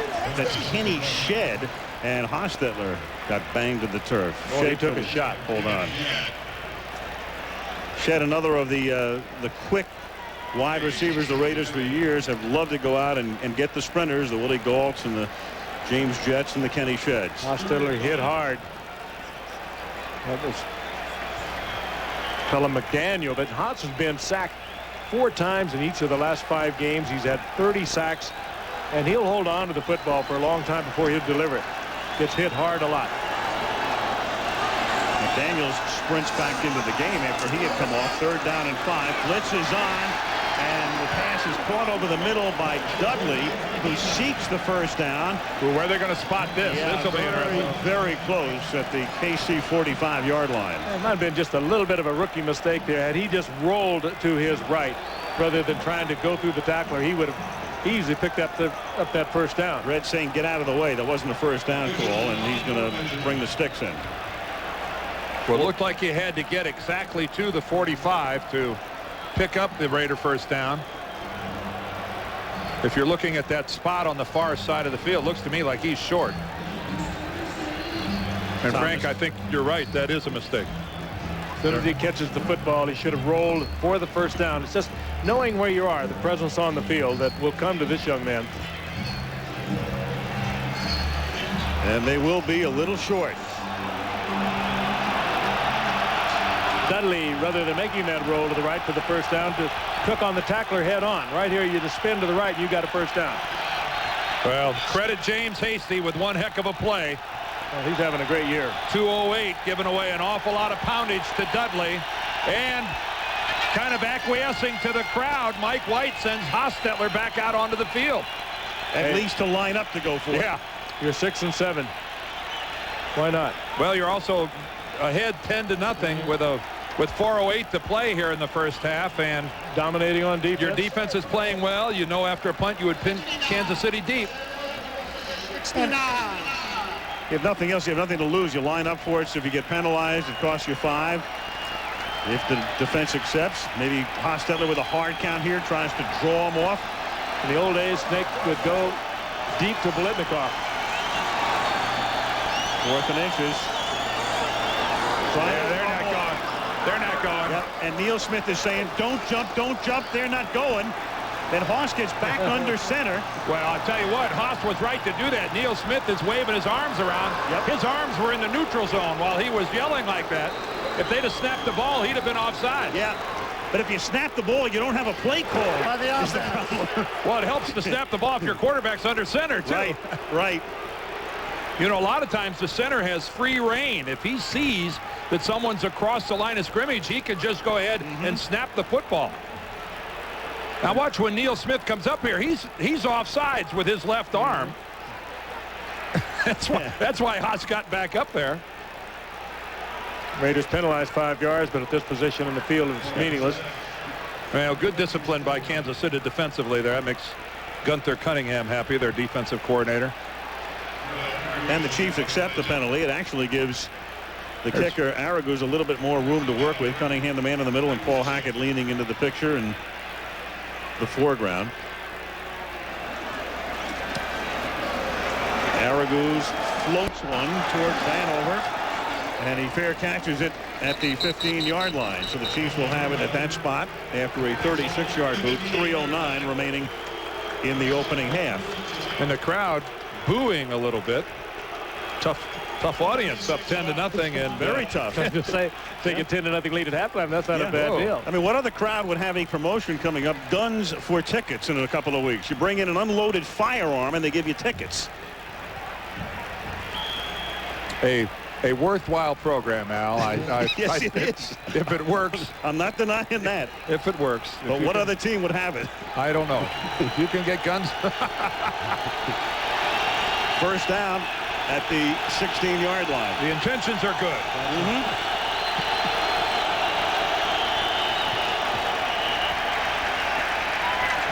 Ricky Siglar was moving.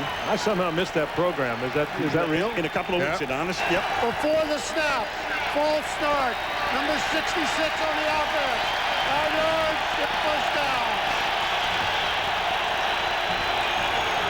And that is Ricky Siglar making it first down and 15. Yeah, that Guns for Tickets thing is a part of the Chester McLaughlin Foundation. Yeah, good intentions. Good intentions. No question.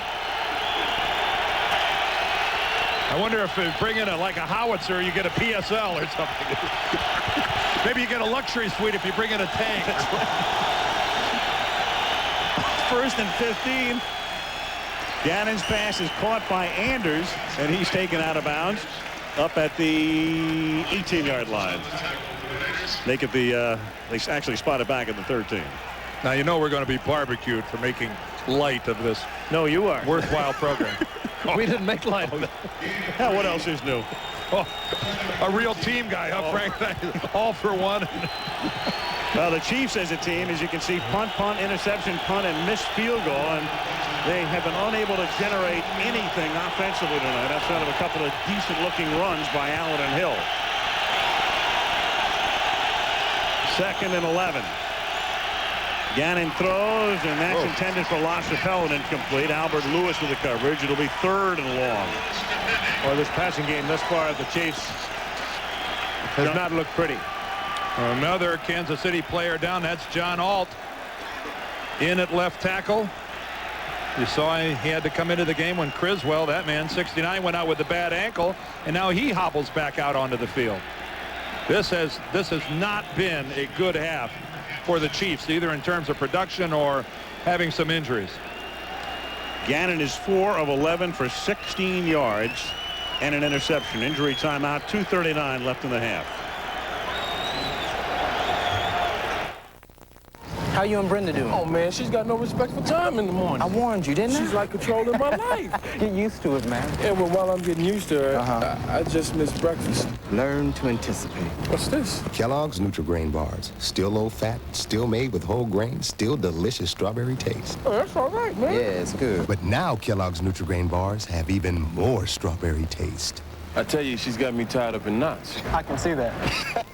Oh, Brenda, baby. Come on, man. You're spoiling her. Honey, are you okay? Yeah, relax. It's not broken. Does it hurt? No, the doctor gave me Tylenol. Extra strength. Tylenol, the hospital's choice for pain. And it's working great, Matt.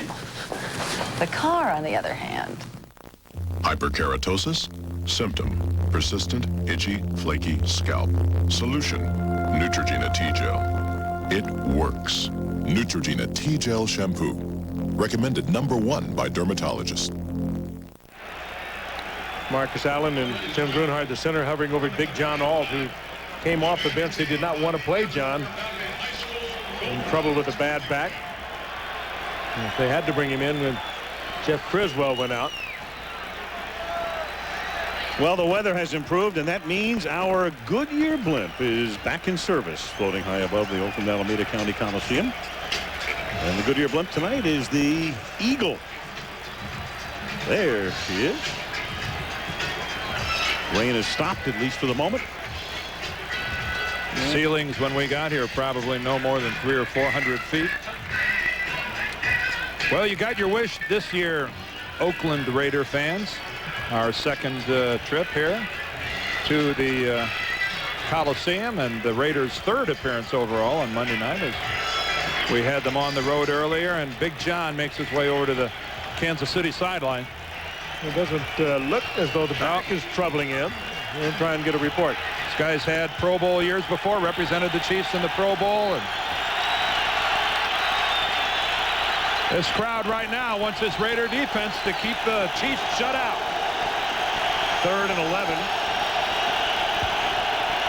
Criswell back in, spelling all at the 13-yard line. Blitzed by Lewis in the corner, and then the coverage is so good, in fact, that it precipitates a flag, as Keith Cash was the intended receiver. Flag is actually away There is no from the play. before the start. False start.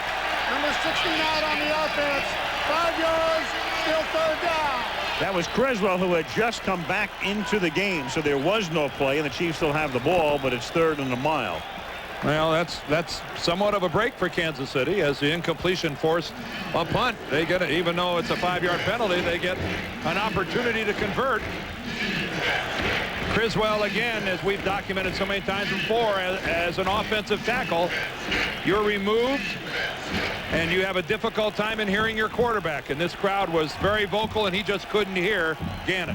Well, apparently Ganon has a much softer voice than Steve Bono, the regular quarterback, until he took over in the San Diego game, and it's very difficult for the offensive lineman to hear him under ordinary circumstances, and here in the end zone in Oakland, it's not ordinary. And it's 3rd and 16, and Ganon, coming back out onto the field of the offensive unit, had to take a timeout. They weren't prepared to call this play from the 9-yard line. But we mentioned before, 3 teams have already clinched playoff spots in the AFC. Denver, they'll have home field advantage throughout. Pittsburgh clinched the Central Division title yesterday, and New England is in, either as a wild card or division champ. Now, all of those teams right now are still in the race. Only the Ravens and the Jets are out. Kansas City is the 4th seed at the moment. Then there's Buffalo, and then there's Indianapolis. So if the season ended right now, KC, Buffalo, and Indy would join the other 3, and all of the other teams are at least mathematically alive. It is remarkable, with only 2 games remaining on the schedule. And you also notice how there's play between those teams, between Buffalo, Kansas City, and Indianapolis. They play each other, so they're going to, in effect, knock each other around as they make their drive the last couple of the weeks toward the playoffs. Kansas City closing out their season at Buffalo. It's 3rd down and 16 now. The Raiders lead 10-0. 2:36 left in the first half. Ganon needs 16 yards here. He has a total of 16 yards through the air on 11 attempts tonight. And he still has 16. He is sacked by McLaughlin, who goes right around Jeff Criswell out at left tackle. The Chiefs are having a terrible problem at left tackle. Ault is hurt and out. Criswell is playing on a bad ankle. And he just waved that time to McLaughlin. There's Chester, number 90. Watch how easily he goes right around Criswell. Ooh, and Ganon is lucky he held on to the football. And Lucky held on to all his body parts, for that matter. Criswell giving all the indications that he shouldn't even be in there. Chiefs are going to have to make some type of an adjustment, move a guard or somebody out to that tackle spot. They need a healthy body. Somebody can at least put up some resistance. Again, left side of your screen. There comes McLaughlin, who hits Gannon right between the shoulder blades. McLaughlin, 325 pounds. Chester, normally a defensive tackle. That time they moved him out to defensive end, quite frankly, to take advantage.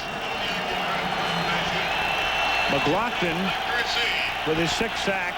That's how close Aguiar is to the end zone. And he kicks it away, and it's a low liner, and Tim Brown has to go to his left, and it bounces out of bounds near the 35-yard line. They mark it at the 37. Almost within field goal range. And the Raiders in great shape with 2:20 after a 34-yard kick.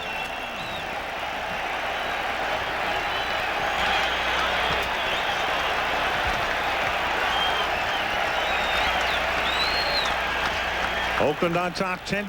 Hostetler coming back in. The Raiders this year have been in every game except the one against the Chiefs, second week of the season, 19-3. And the Raiders have all 3 of their timeouts left, plus the 2-minute warning. From the 37-yard line, Hoss guns it over the middle, simply dropped, and that's Ricky Dudley, and that's been the problem with Dudley until last week. He had a good day against Miami, but drops this one here. Well, that ball had a lot of zip on it, but it had hit him right between the numbers, too, and it just bounced out. Got to use the hands, kind of soften it into the body. Good protection for Hostetler. Watch number 83 right in the middle of your screen. Could not have been thrown better. If anything, I think you saw Dudley taking his eyes off the ball. So perfectly thrown, he just didn't look it into the hands. Derek Thomas, who was hurt in the last series, back in here, 2nd down and 10. Good protection for Hostetler. Then he hits James Jett. He makes his first catch of the night, takes it to the 30-yard line. Tracy Simeon makes the tackle. He'll take it down to the 2-minute warning. The scoreboard here is showing that the Raiders have 3 timeouts remaining.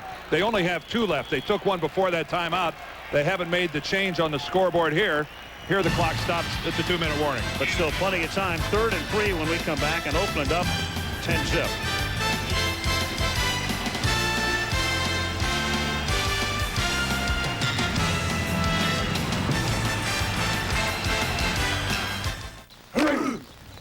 Jimmy, how's the leg? Leg's just fine. Doesn't look too good. No pain at all. The way you banged it up the other day? No problem. Doctor gave me Tylenol. Extra strength. Tylenol? Is that kind of pain? Just watch me, son. For the pain of traumatic injuries, Tylenol is recommended the most by doctors. Hey, Brad. How's my leg? Tylenol, the pain reliever hospitals use most. Eye-catching leather gifts at eye-opening prices. Incredible leather gifts under $20 at Wilson's, the leather experts. Enterprise rent a car for my trip? Looks expensive. It's not expensive, Mom. They pick us up? Sounds expensive. Pickup's free, Mom. Well, if it's not expensive, why didn't I get a convertible? Pick Enterprise. We'll pick you up. And the little dragon looked up to the moon with fire burning in his eyes, and he Why said... does he have fire in his eyes? Because he's a dragon. How come he's a dragon and not a dinosaur? Well, because... When you use your Visa card this holiday season, we'll make a donation to Reading is Fundamental. Together, we'll bring kids a million stories. Have I answered everybody's question? When do we get snacks? Visa, it's everywhere you want to be.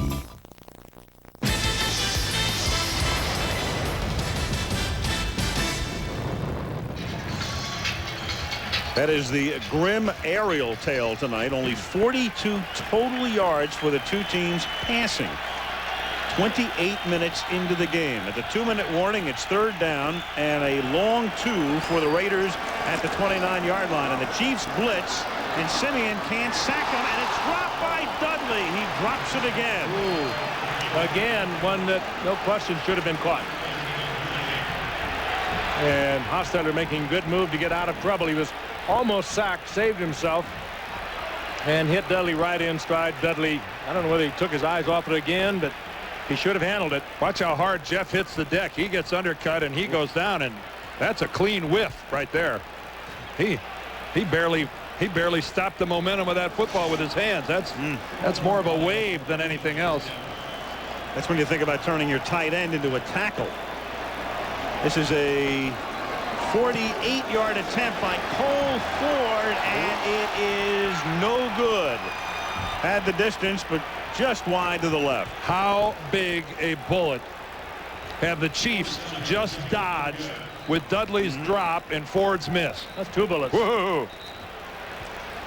So KC gets it back. Let's check in. We go to New York. Chris Berman. Chris. All right, Al, thank you. Coming up on our Toyota Halftime Report, a roll through an intriguing Sunday. And ladies and gentlemen, the Jacksonville Jaguars have gotten themselves in a playoff position thanks to their young defense. Number 1 pick Kevin Hardy, our Hardy, took the air out of Steve Air McNair. So did the number 2 pick, number 90 Tony Brackens, who cleared the air with this swat. 5 sacks, 23-17 Jaguars. Both teams 7-7 after this game. The same record the Raiders hope to have after tonight. All that information and more on abcmnf.com. We're on the All right, Chris, back here. Ganon throws. Marcus Allen makes the catch, and they start this series with a little swing out to the right side, and he's out of bounds at the 42. If the Chiefs aren't energized a little bit by what just happened to them, they are not in touch with reality. They were faced with even a bigger hill to climb than what they have now, and you would think that they might get some vitalization out of this thing, that they could have been down by a lot more than 10-0. Well, their passing game is absolutely ineffectual. They've had men open when they weren't able to get to him. 2nd and 6. Gannon 5 of 12 for 20 yards. Throws. It is caught by Todd McNair. And that's a short gain. Oh, and he didn't get out. 8-yard line, and he stayed in. Carl Kidd makes the tackle. Clock keeps ticking. Kansas City has 2 timeouts remaining. 3rd down and 5 without a huddle from the 43. 1:20 left in the half. Here comes the blitz. Gannon hit as he throws, and it's incomplete. Intended for Anders. Safety blitz that time by Darren Carrington. That play was on the far side of the field, but from here it looked like Anders should have caught that. Certainly catchable, and Gannon knew he was going to get pounded. Very calmly stayed in there, delivered the football. There's just one more coming, then Gannon had time and men to protect him. Gannon hits the deck hard. The Raiders are going to have a little time now.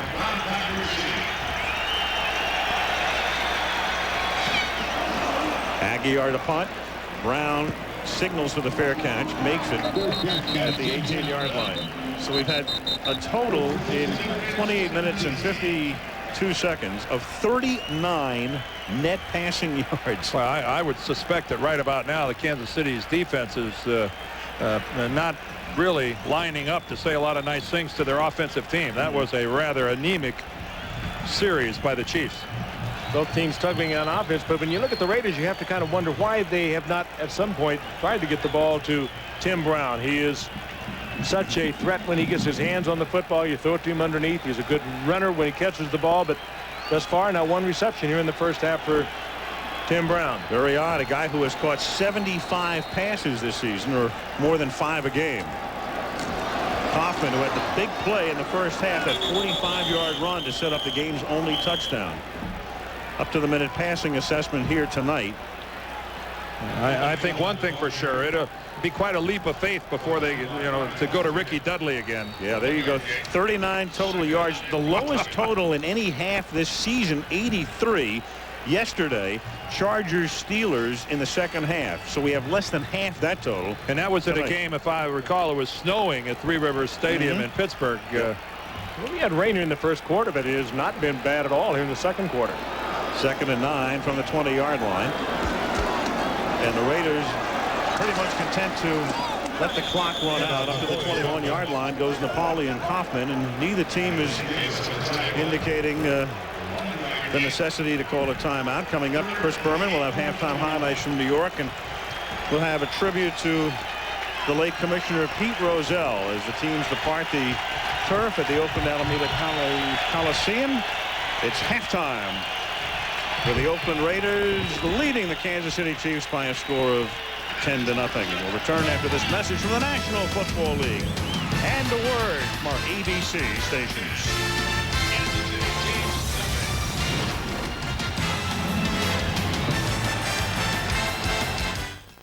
You ever heard of a football player named Kendra Wecker? She played quarterback, she played running back, wide receiver, she played everything. She was also the hiker. She's the best I've ever seen. When she gets that ball, she runs with it. You got two choices. Play with her, play against her. Be quick, Someone once told her she plays like a girl. So I said, thanks. Never seen anything like it. It's anybody's game. ABC Tuesday's Women of Comedy hold nothing back. Oh, thank you. Roseanne and Lisa. Then Brad's growing up. Now Tim has to find a new buddy. In the mood for a little block sanding tonight? You spend some time talking to me first. I'll do it myself. Home Improvement. And when the city's favorite police dog goes to that fire hydrant in the sky, Mike gives the eulogy. Man was his best friend. And as far as hobbies go, I'd have to say digging holes and licking himself. Spin City's all new ABC Tuesday. This street is amazing. There's so much stuff going on because, you know, it's almost like Las Vegas on the Strip. All the lights are there and all the dealerships on Stevens Creek Auto Row, and there's everything that you could choose from utility vehicles all the way down to subcompacts and everything in between. And I've seen people at night just line up looking at all the different kinds of cars, peeking into the windows. Actually, there's the spot that I bought it from right there. Philadelphia, birthplace of the Constitution and the cheesesteak. I secretly replaced the cheesesteaks at Tony's with my own. They're filled with juicy marinated steak and grilled onions and peppers smothered in melting cheese. Let's see if anyone noticed. How's that Philly cheesesteak? Wonderful. The best. Hey, you ain't Tony. I'm his brother, Jackie. Oh, yeah. Join Doug Moore and Mary Babbitt tonight on KNTV News 11 at 11.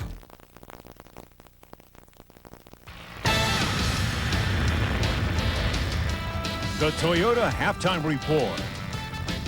Brought to you by Toyota and their full line of quality cars and trucks. From our New York studios, Chris Berman. Yesterday in the NFL, a day of destiny for 5 teams, all of whom clinched playoff berths, including Green Bay and Pittsburgh, who won their divisions, and the amazing Carolina Panthers, who became the first second-year team ever to make the postseason. But it's always exciting anytime the biggest game of our Sunday sojourn emanates from the frozen tundra of Lambeau Field. 12-1 Denver at 10-3 Green Bay.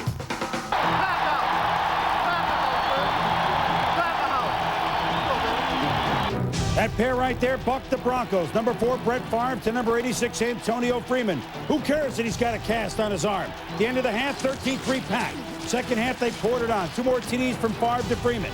Denver had no Elway, had no chance. 41-6. Mike Holmgren's team has won 2 straight division titles, the first since Vince Lombardi. Congratulations. I couldn't be more proud of this team. But we're not done yet, right? Let's go. Chasing the pack, Carolina and San Francisco.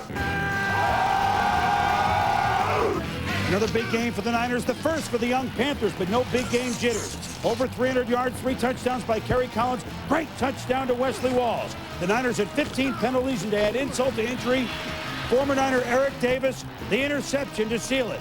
30-24, Carolina. Dallas and Arizona on the field. The Cowboys won last year's Super Bowl. Michael Irvin was immense. Troy Aikman found him 8 times, 198 yards in Dallas's lone touchdown. It wasn't pretty, but the Cowboys are in first place by their lonesome. 10-6, Dallas. Meanwhile, in the AFC, San Diego at Pittsburgh, the Steelers were ready. You can't get up for this game. You don't need to be here. The Steelers defense made Sean Salisbury steak tartare. 5 sacks, 2 by number 94 Chad Brown, 2 more by number 92 Jason Gilden. Pittsburgh wins 16-3, 7 for 7 at home, all by double digits. The Jets at the Patriots, who like 2 years ago clinched a playoff spot despite an 0-2 start. Curtis, my favorite Martin, 19-yard touchdown, his 17th high step of the season. Jets young quarterback Glenn Foley fought the law, and the law won. Ty Law, 38-yard interception touchdown. The Patriots all over the Jets, 34-10. When we return at halftime, a tribute to a friend of all of ours, the late Commissioner Pete Roselle.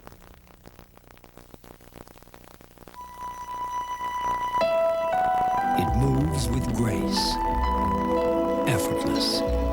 It is the American-built flagship of Toyota.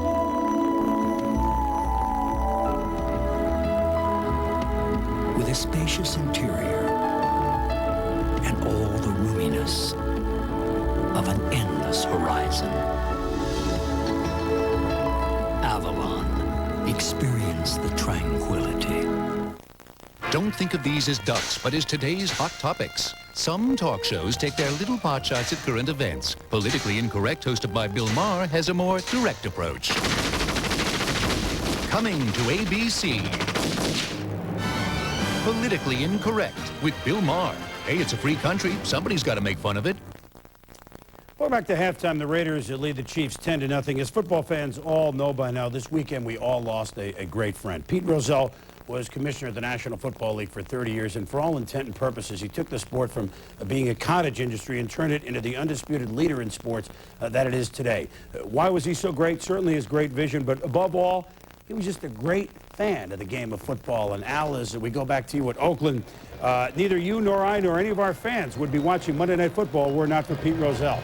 No, he was an amazing man, the most important administrator in the history of sports. He lived a rich and full life. He died Friday at the age of 70. Pete Roselle was truly a remarkable man. So much of Pete Roselle's legacy can be recounted in tangible terms. He oversaw the merger of the NFL with the American Football League, the creation of the Super Bowl, the advent of Monday Night Football, and the ascension of pro football to a place of prominence unparalleled in the history of American sport. Another part of his legacy is less tangible, but speaks to his behind-the-scenes abilities. Pete Roselle was a master consensus maker and a visionary. He had an uncanny sense of what would work and what wouldn't, and knew how to rally the forces behind him. He always looked at the bigger, broader picture, and his decisions were consistently made in the spirit of either nurturing the sport or protecting it. He was approachable, friendly, classy, and very, very smart. Now and then, he'd rule with an iron fist, but far more often, he got things done with a velvet glove, which makes the outpouring of love you've read and heard about these last few days so understandable. And Frank, we can talk on and on about what Pete did and everything that the obituaries have talked about, but you knew him on a whole other level. You were a great friend of Pete's for a long, long time. He was a wonderful friend to have, Alan. I've heard so much over the weekend. I would just like to say that Pete was somebody who cared so much about the integrity of this game. He cared about the players who played in this game. And he was the kind of a person, he never wanted any accolades. He didn't want any credit for anything. He just devoted his life to doing the very best he could for the world of professional football. So many fond memories. We shared so many things together, the ups and the downs. The most recent one a couple of weeks ago when I was in San Diego. I went up to his Rancho Santa Fe home. It was on a Sunday, and we watched football on all the monitors that Pete had across the wall. He watched every game that was being played in the National Football League. He was unable to speak that day, but I remember sitting on the side of his chair and looking almost at awe as those games were being played on those various monitors and thinking, my God, look what this man has created. Yes, indeed. He created an institution known as professional football, and more than that, he literally changed the culture of this country. I looked at him and I said, Pete, you must be very, very proud. And he gave me that Pete Roselle smile that only he could give, and I knew that he was very proud. And I was very proud to have known this man, one of the most wonderful men I've ever met. And Dan, I know you have a great sense of history about this game as well. You should. Your memories, your thoughts? Well, Frank, you know, I played my entire career when Pete Roselle was the commissioner of the National Football League. And from a player's perspective, we always knew that Pete Roselle wasn't an adversary, that what he did and the decisions he made were always made in the best interest of the game. And we knew above all the man was fair.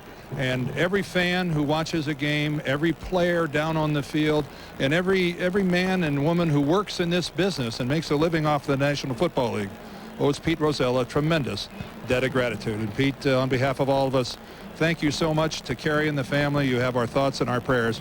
Pete Roselle will be missed. Let's go back now to New York and Chris Berman. All right, Dan, Frank, Al, thank you very much. Pete Roselle will be dearly missed. Football owes him a debt of gratitude forever. 10-0 Oakland at the half. Back to the West Coast in a moment.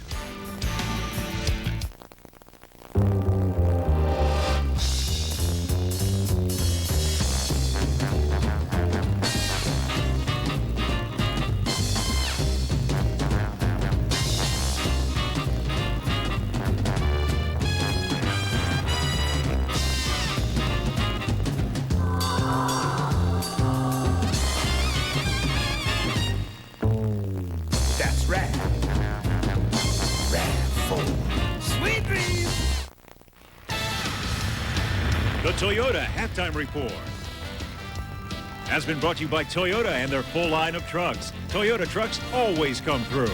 We'll be back with the second half kickoff after this message from the NFL and a word from our ABC stations.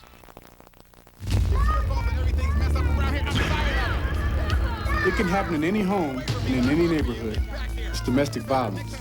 I'm Steve Atwater of the Denver Broncos, and this is my wife, Letha. The NFL and its players are concerned about the problems of domestic violence. That's why we're United Way volunteers working for the Safe House here in Denver. United Way supports more than 1,000 centers like this one here in Denver and cities across the nation. The United Way, reaching those who need help, touching us all.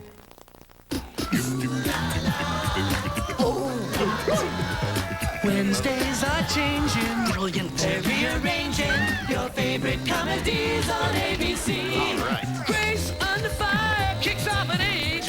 Wow. And now Coach is back right after that. Drew Carey, then Ellen. Hey, I'm in on that. Wednesdays are changing on ABC. Hilarious episodes of your favorite shows at brand new times and the return of Coach ABC Wednesday.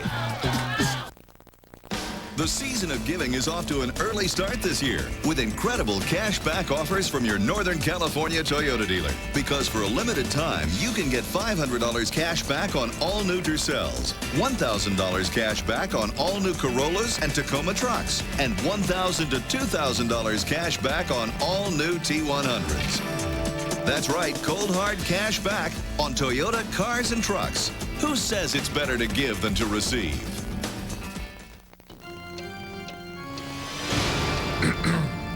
Leo Swindle, inventor of the teller's cage. Louisa Flinch, the first to chain pens down. Who are they? If you're looking for a friendlier bank, time for bed. Come to Bank of Santa Clara. Our people are one reason we're Santa Clara's oldest independent bank. Your personal bank. I hear they have 8 branches. Good evening, I'm Mary Babbitt. Here are some of the stories you'll see later tonight on 11 at 11. The man accused of kidnapping a 3-year-old boy has his first day in court. We'll let you know what happens next. Then the FBI releases new information about the Olympic Park bombing. They're making a public plea. Could you help them solve the case? Plus tearful testimony from Ron Goldman's father in the O.J. Simpson civil trial. And severe storms from coast to coast. Chris Donahoe will let us know what we can expect here. That and more tonight at 11.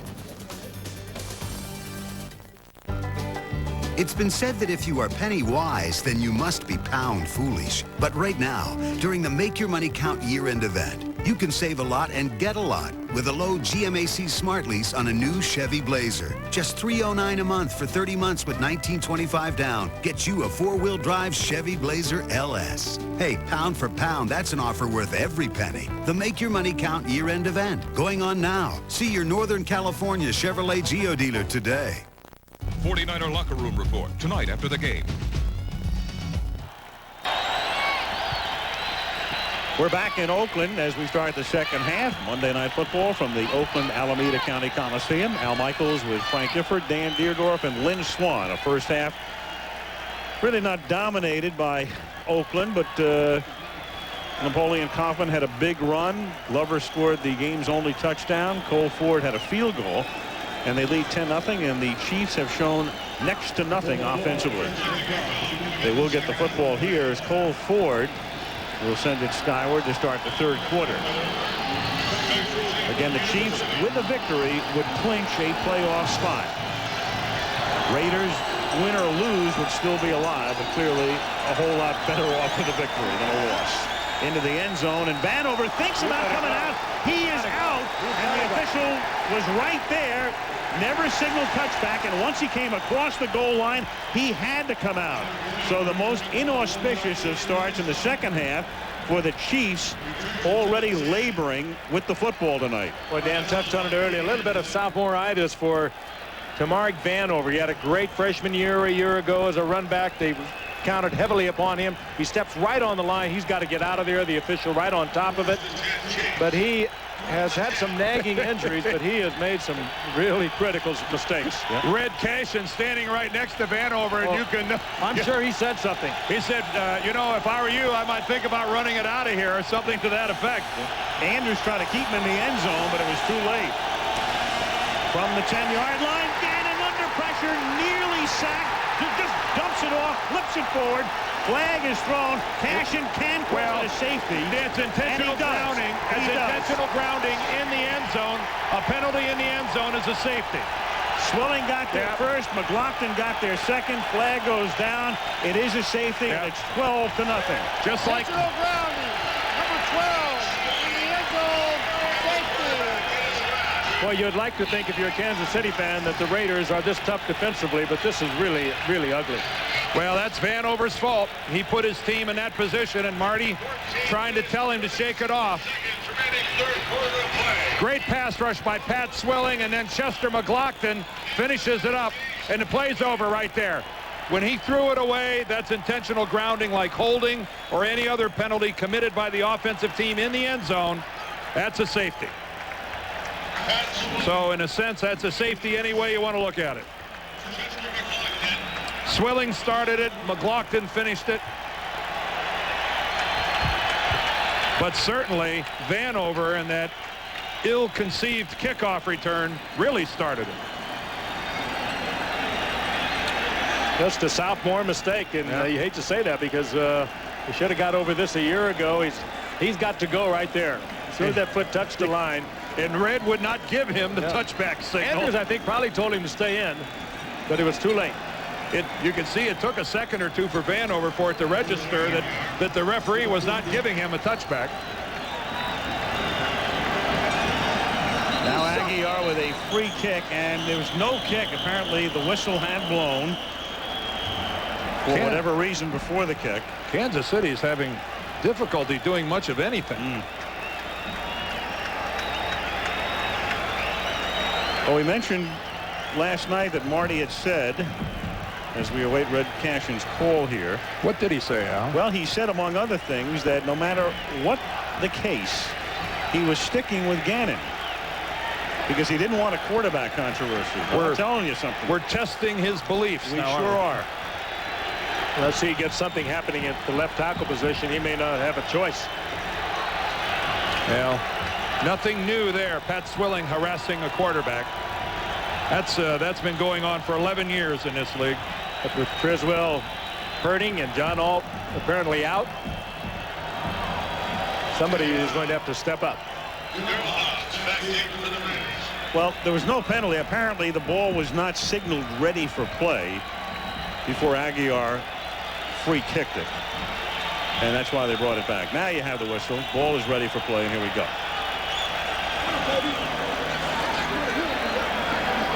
It is Tim Brown at the 23-yard line.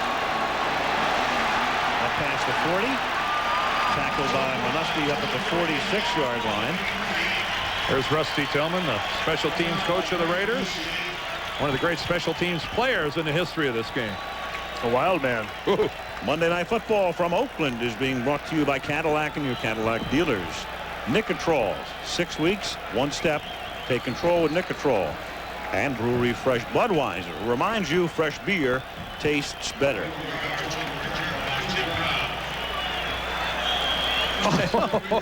Aguiar, is that Mike Jones? Yes. That's a linebacker he takes on. Oh, and here comes Mike Jones. Now, Mike Jones, now, that's a pretty macho position linebacker. He does not take kindly to getting dropped by a kicker.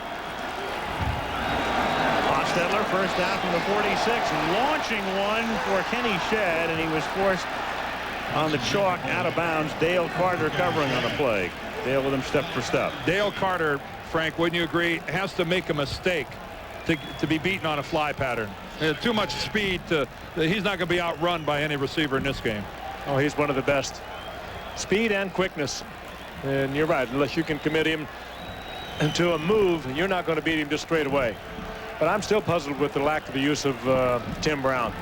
When you have that kind of a weapon, you get him the football somehow. I don't see any extraordinary coverage of Tim Brown. There's a little confusion now. Tim Brown calls James Jett over to the proper side of the football field. And Brown goes in motion and comes back, and he's going to take it on an end around. So at least they get him the football, and he's out of bounds at the 50-yard line. Well, Brown's a receiver with his size and with his extraordinary ability to run after the catch that they should utilize him the same way the 49ers used Jerry Rice. Throw him the 4 and the 5 and the 6-yard passes. Exactly. And let him break tackles and create after he makes the catch. Brown is just as gifted a runner in the open field as Jerry Rice, if not maybe more so. And they did a lot of that last year, and they kind of got away from it this year. But you've got to get him to the football and let him use that athletic ability. Great open field runner. 3rd down and 6 at the 50-yard line. Early 3rd quarter, Raiders leading 12-0. There's a flag. And the pass is thrown behind the intended receiver, Tim Brown. Kansas City was in the neutral zone, that's for sure. And that's going to make it 3rd down and about 2. Whether they got pulled or not, I don't know, but they were there. Yep. Offside, 3rd and a short 2, long 1 coming up at the 45. And on that play, Tim Brown was really open. Hostetler just threw it behind him under pressure. Offside. Number 58 on the defense. 5 yards. 3rd down. Well, in that nickel situation, Derek Thomas moves the defensive end, gets down in the 3-point stance, and puts on probably the fastest corner rush in football. And that's one of the ways he does it, is by trying to anticipate that snap count. 3rd and a long 1 at the 45-yard line.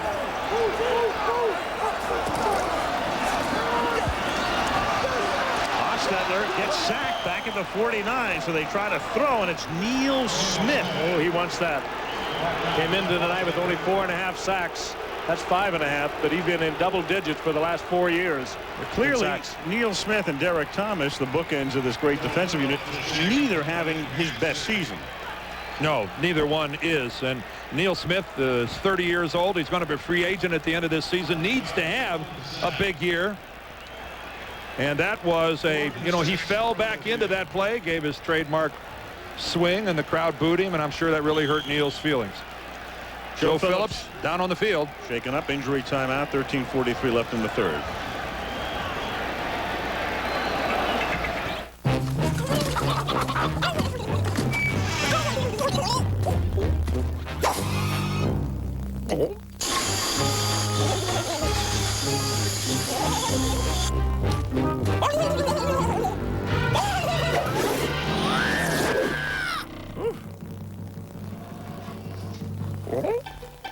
Budweiser, always brew refresh. Where's Dad?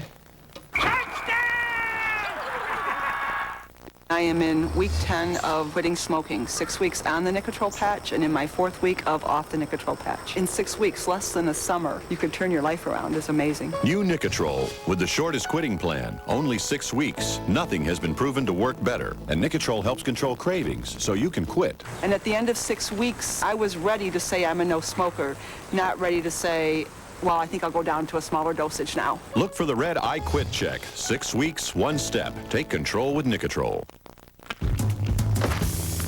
When you're the new kid on the block, you want people to like you for what you are on the inside. To make sure they're happy, you pay attention to every detail. You stay flexible. And to show you've got a sensitive side, you throw in a few special surprises all your own. Just to make sure the journey's a little more fun. Katera, a whole new ride from the luxury leader. It's the caddy that zigs. Now that Brad's growing up, Tim's got to find a new buddy. In the mood for a little block sanding tonight? Spend some time talking to me first. I'll do it myself. Home Improvement, ABC Tuesday. That string of lights is the Bay Bridge. To the left is San Francisco. And the buildings that are framed with those lights, the Embarcadero Center and Coit Towers in the middle of your shot. Here's a look at downtown Oakland. We'll be back in the Bay Area in 2 weeks for our final Monday night game, Detroit at San Francisco. I saw your suite, Al. Oh, yes, you did. All lit up. His floor. 4th down. And the Raiders punting, and it is by Vanover, who gets banged down at the 26 by James Folston. And he's lucky he held on as Vanover. Did you sense, though, he wanted to make something happen after setting up Kansas City's safety? He wanted to pop that in the worst way. Well, and he did his job by not letting that ball hit the ground. Again, we see Joe Phillips being attended to on the Kansas. Well, this is close to the hit of the year. At least what we've seen on Monday night. That is big time, helmet to helmet. And Vanover is a hitty. Folston to Vanover. James Folston. There's a white flasher. Now Marcus Allen with a 1-yard pickup, and he runs right into Greg Biekert, having a nice season. It's 2nd down and 9. Biekert, the man in the middle, the linebacker. 4th year out of Colorado and doing a very good job for the Raiders. Mike White very quick. There's Folston over on the sideline, but Mike White very quick to praise Biekert, saying he's having a Pro Bowl caliber year as my man in the middle. 4th year guy out of Colorado, and Mike White hasn't had a lot of bright spots, but certainly this guy's one of them. John Old back in, 2nd down and 10 from the 26-yard line. Ganon on a reverse roll and runs and dives and has the 1st down up at the 37-yard line. Anything to get something started, and Ganon does it himself. And it may take more than just a little of that. With this is a team in desperate need of any type of a big play, and maybe Rich Gannon running and trying to create is what has to happen for Marty Schottenheimer's club. Pat Swilling again, though, forces him on the run. What a good sense of where Swilling was on the part of Gannon.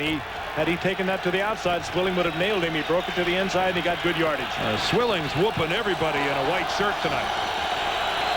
Raiders leading 12-0. Here's Marcus Allen up to the 39-yard line. 2nd down and 8. You know, John Ault is back at left tackle.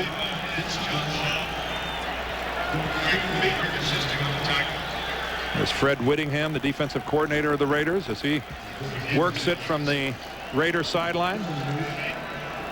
And he's limited Kansas City. Look at that, 2.6 yards per play. Less than 100 yards total offense, and obviously a big goose egg on the scoreboard. Raiders last week held Miami to just 34 yards on the ground. And you see John Ault back in at left tackle for Kansas City. And the pass is high, intended for Derek Walker. Gannon is now 6 of 16 for 22 yards, so he's averaging less than 1.5 yards per pass attempt.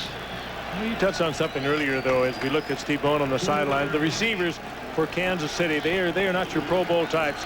Chris Penn just emerged as the starter this year. Sean LaChapelle was in the World Football League after being cut by the Rams. They really lost a good one early in the year. Lake Dawson, he went out with a bad knee, so this is not a great receiving corps, which Gannon and Bono have been trying to throw to all year.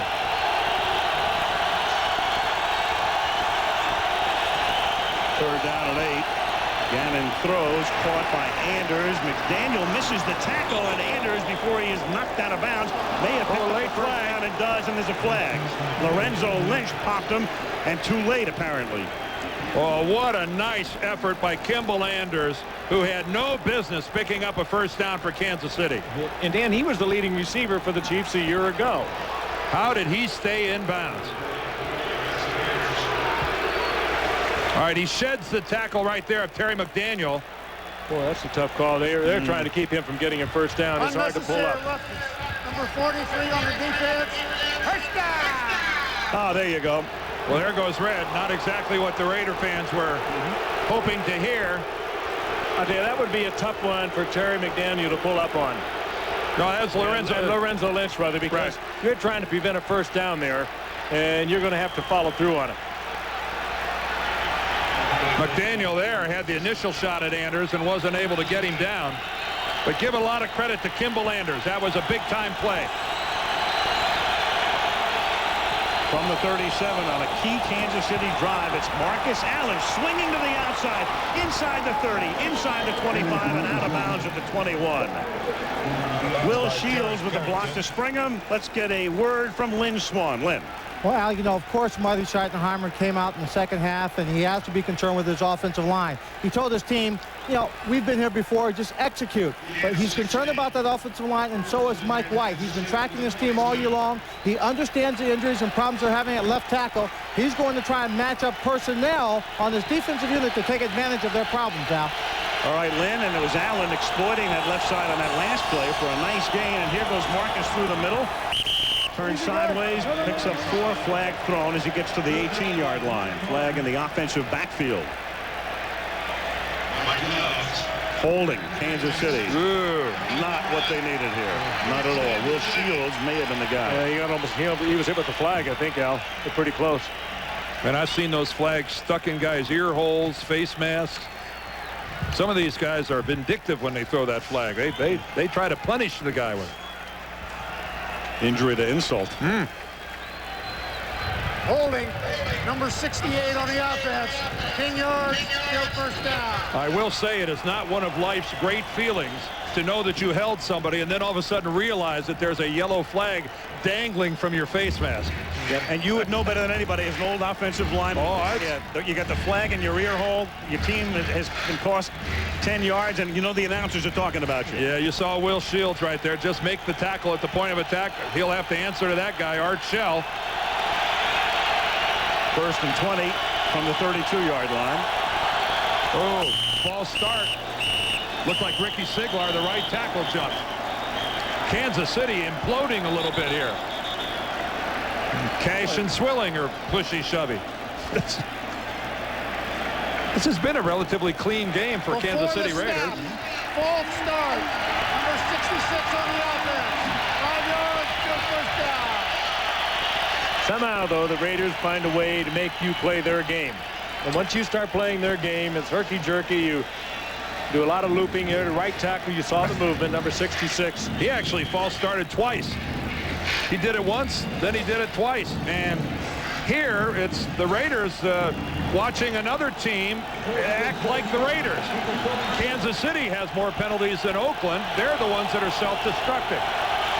It's 1st and 25 now after the 2 penalties, and Allen takes it up the middle to the 31-yard line. Gain to close to 6. It's going to be 2nd and 19. Beekert and Jones in on the tackle. This must be a very pleasant change of pace for Mike White to watch another team struggle with costly mistakes. His club wrote the book. They came into tonight's game only 1 penalty out of the NFL lead. Certainly with their 5 tonight, they have retaken that lead from Jacksonville. And it must be enjoyable for him to watch somebody else wear their shoes for a while. 2nd and 19, 9:15 left, 3rd quarter. Oakland leading 12-0. Under pressure. Ganon just dumps it off. Lance Johnstone got pressure that time. He's a rookie out of Temple who's been starting now for over a month after the suspension of Anthony Smith.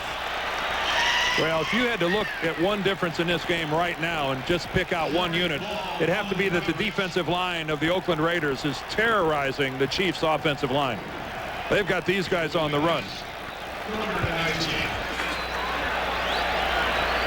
Art Shell looks up at the Jumbotron to try to find out which one of his guys got whipped that time. 3rd down and 19.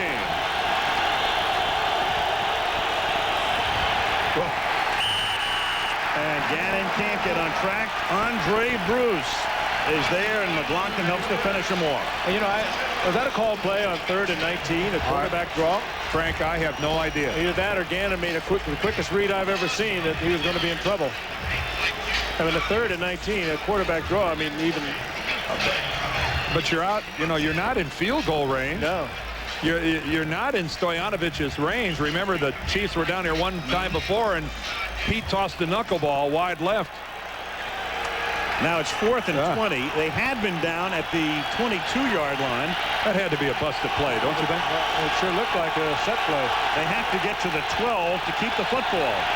How about a 5-yard penalty? Yep. Oh. This is ugly. By the offense. 5 yards, 4th down. Well, this was, considering what's been happening in this game, as you look at Paul Hackett, a critical drive for Kansas City, and their condition right now is critical. Well, I know one thing. I know it's a team game, and I know you're all pulling for your own team. But don't tell me there's not a little part of Steve Bono right now going, well, you know, maybe I could do a little something here.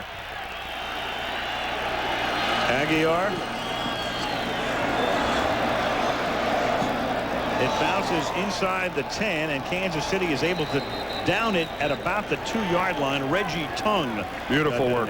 That's nice special teams work. So there's Bono and there's Gannon, but it's Oakland's football, and they have a 12-zip advantage.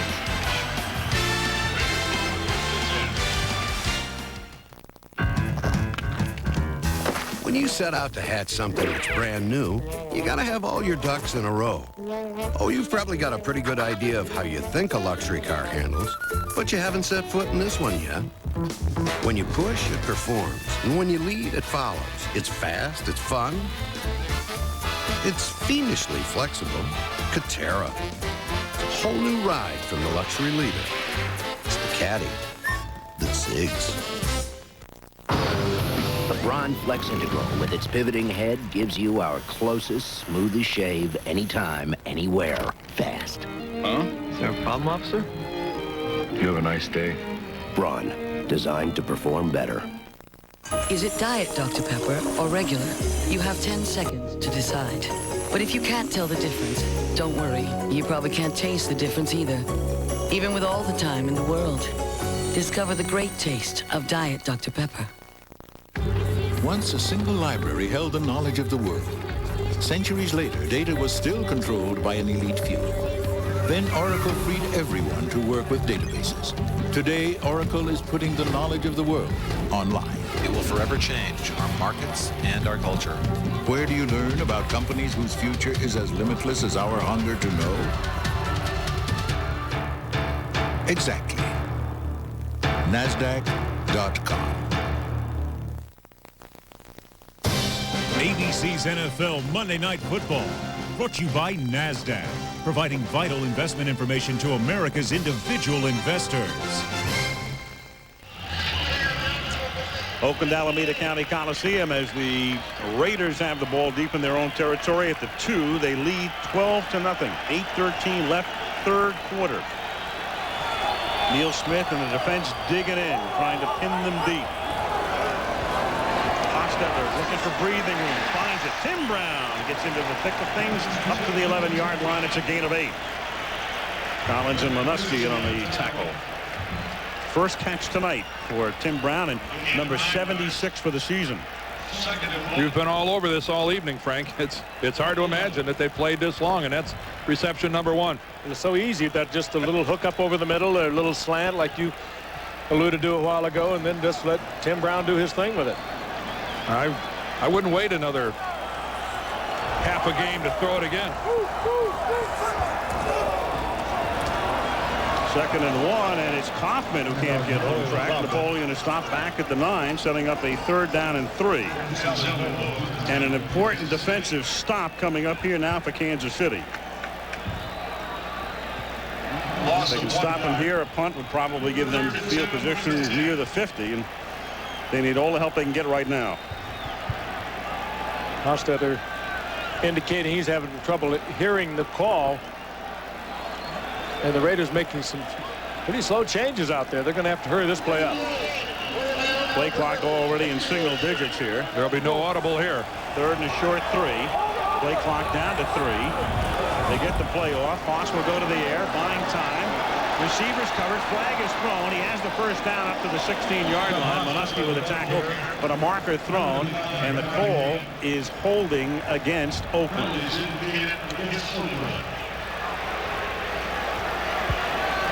Stoyanovich indicating quite openly that it was center Robbins who was holding him. Holding. Number 63 on the offense. Half the distance to the goal. Still 3rd down. Robbins with kind of an incredulous look on his face. How could they call me? Well, let's look. There he is, number 63, working on Dan Stoyanovich. A handful of his jersey is why. Well, what an outrageous call to call holding on. Almost ripped the 7 off. Dan got the outside, and Barrett put the big hook on it. 3rd and 7. 6.5 minutes left in the 3rd. Raiders leading 12-zip.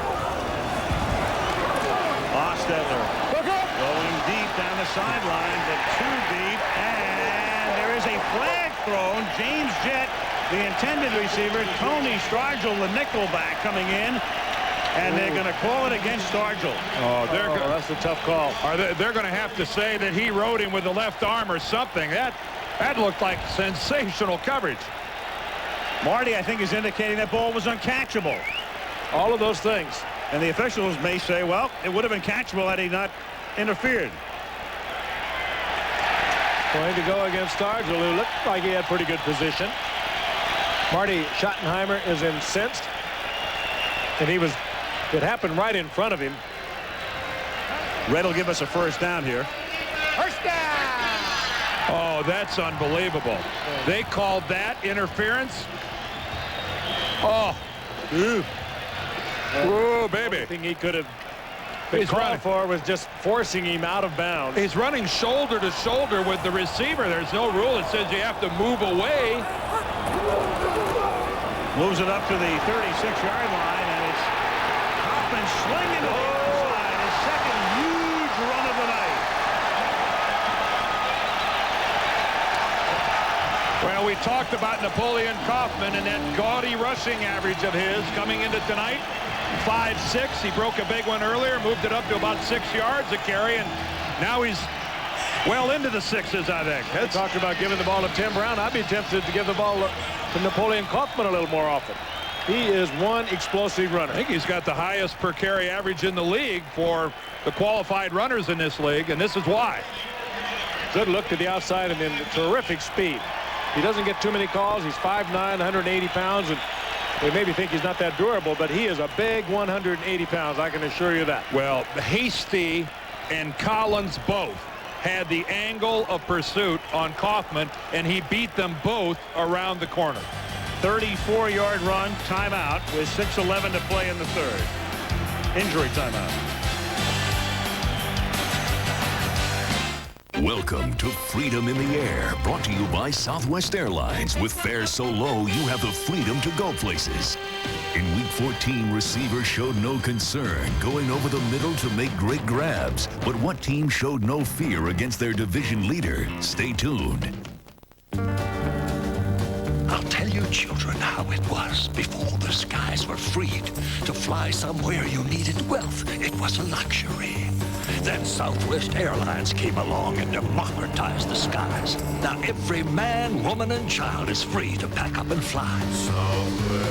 One day soon we'll fly to the moon if that's where you need to be. Now we gotta get back to business, boys. Set the country free.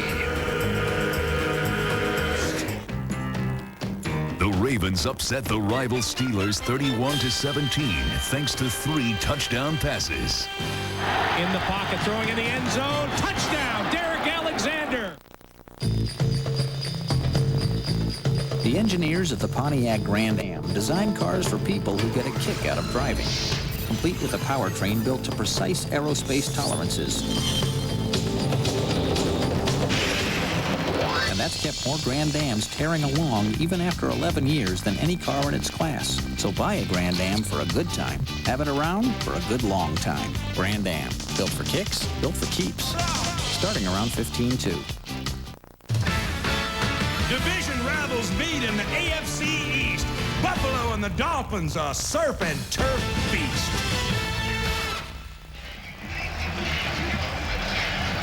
Dale Carter's over on the Kansas City sideline. Napoleon Kaufman ran away from everybody in a Kansas City uniform except Carter. The fastest guy on the team came over, cut him off, but collided with a cameraman out of bounds. We'll show it to you right after this. First down, Oakland now at the 30-yard line after that big Kaufman run. And Harvey Williams swings to the right side and picks up 3 to the 27-yard line.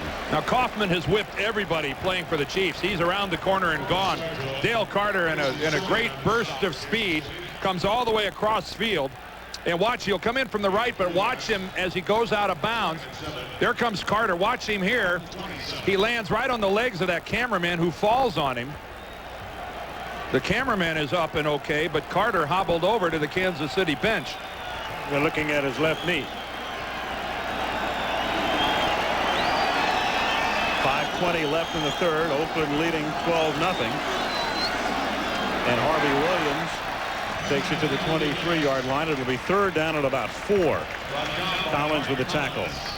Kaufman averaging, you saw it, leading the league 6.0. Again, the league average is 3.8 per rush. Interesting trait about him, too. He does not fumble the football, and he has that style of running that would make you think that he might. I mean, he's darting and pulling and always fighting and scrambling for that extra yard. But he's fumbled, I think, one time in his career, and something like over 300 handles. Kind of remarkable. 3rd and 3 from the 23. Dudley in motion. Send him out into the pattern. Hostetler floats one, and it is caught by Fenner. Touchdown.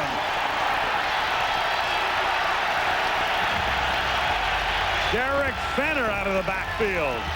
And it was a floater, but it floated right into the arms of Fenner, right at the goal line.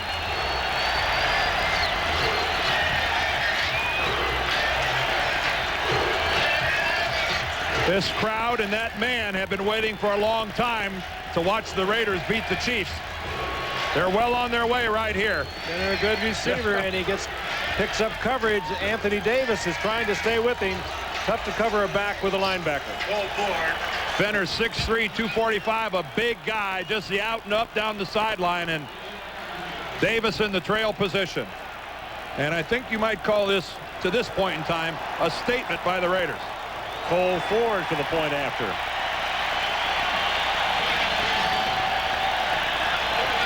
Key play on that drive, the call by the field judge, Jim Saraceno, on the penalty. Touchdown Fenner, 19-0.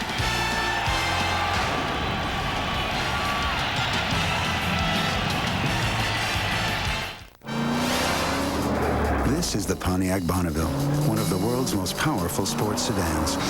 The luxury of the driver's command center surrounds you with 12-way adjustable seats, steering wheel stereo controls, and a powerful supercharged engine. Order this free video information kit and see for yourself why J.D. Power and Associates rank Bonneville most appealing premium midsize car. Just call 1-800-443-4444. Holiday greetings from Budweiser.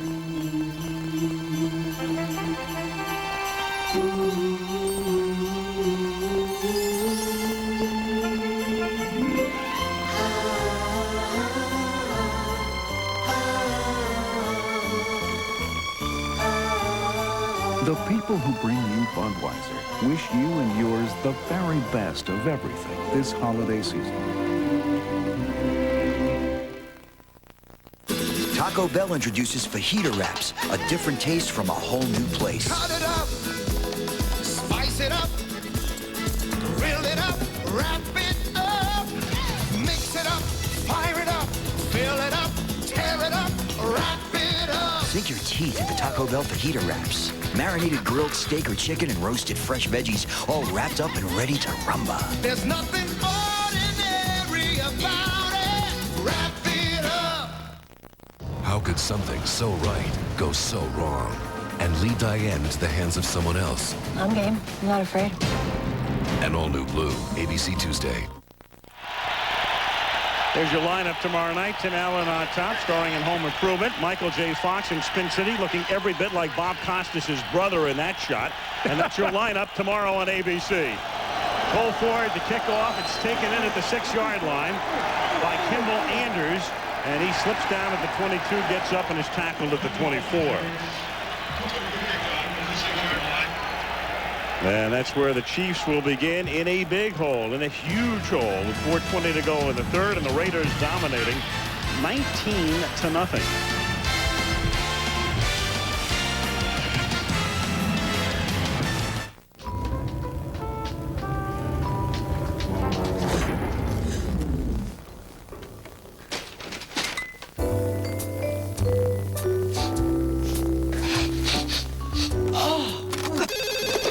Precious Hotline, what's your problem? We're stuck with skunky beer. So it's not Budweiser? No. Remain calm, sir. We're on our way. Next time, look for this. New Born on Dating from Budweiser, because fresh beer tastes better. Precious Hotline. Could we order some Chinese? What do you get? The man who has everything. Wendy's Smoky Bacon Cheeseburger Combo, please. It's a big quarter-pound of fresh beef, smoked cheddar, bacon, and sautéed onions. It's a nice present. So, what are you going to get me? Wendy's Smoky Bacon Cheeseburger Combo. Why do I rent from Enterprise? Very simple. No stress. We'll be happy to They arrange to pick me up free, so I don't have to ask anyone for a ride. See? No stress. Pick Enterprise. We'll pick you up. You know, I have been trying to explain this new AT&T One Rate plan. Hey, I am tired of all these little phone companies, people you never heard of. No, this is AT&T. They say big discounts, but who can tell with all the restrictions? No restrictions. Calls from home, a one low rate, all the time. Yeah, but only to certain people or certain times. No, 15 cents a minute to anybody in America, anytime. And I get this from AT&T? Yes. I don't know. I thought I was doing so well. No restrictions, no games. The AT&T One Rate plan.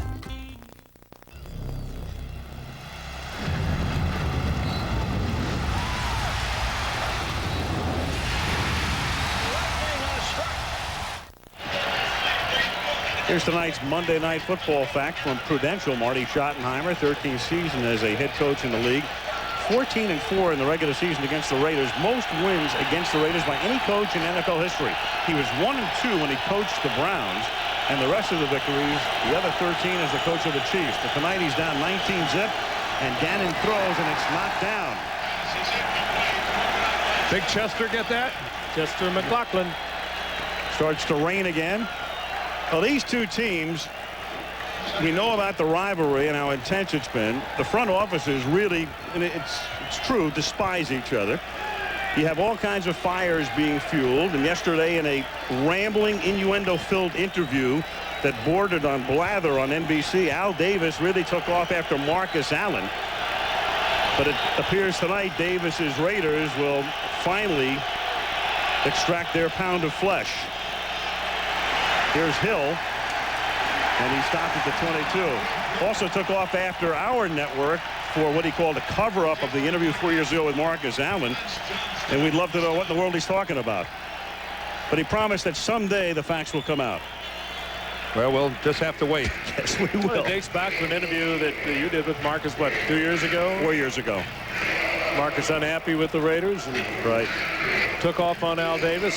That wasn't blather. Right. He really nailed it. Labeled a sneak attack when Davis was given the option of responding live on tape or having his remarks paraphrased or quoted verbatim or doing nothing. Third down and 11 from the 22-yard line.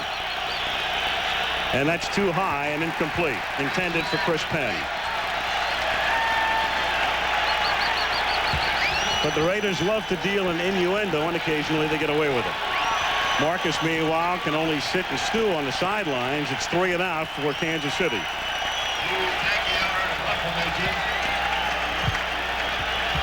Tim Brown back to receive for the Raiders.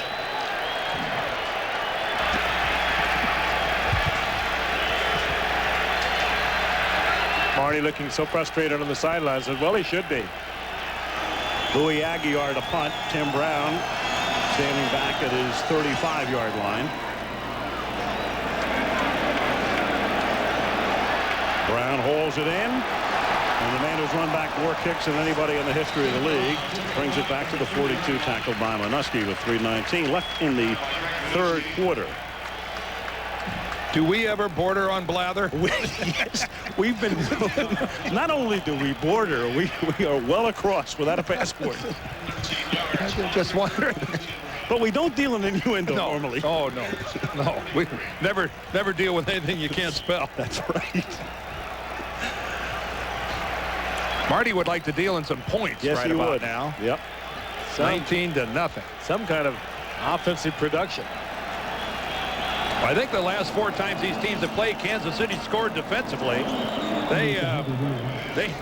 That might not be a bad way to get this started. Maybe somebody in a Chiefs uniform on the defensive side of the ball needs to try to score some points. The offense looks like they're a ways away. There's a guy that was a head coach in this league, Joe Bugle. Used to be the coach of the Arizona Cardinals, and you suspect that there'll be a fair number of openings at the end of this 1996 season. He's a guy that'll be in play most certainly. Well, one place that's been speculated upon as having an opening is right here in Oakland. That's Blather. Yes, second and 12 from the 41. Boss rolling and looking and throwing, and Glover can't make the catch of the wet ball. Third down. Well, remember in the open, I talked about this 12-1 run by the Chiefs here in the 90s and how they, right there, the Raiders 29 turnovers, the Chiefs only 9 penalties, almost 40 more for the Raiders. Well, to win, they have to reverse that trend, and that's exactly what they've done here tonight. It's the Chiefs with 10 penalties against only 6 for the Raiders, and the 1 turnover tonight belongs to Kansas City. So the Raiders have reversed that trend, and certainly they've reversed the trend on the scoreboard, up 19-0 as Jeff Criswell, the injured left tackle of the Chiefs, tries to figure out how he can get his ankle better. And timeout is called by the Raiders.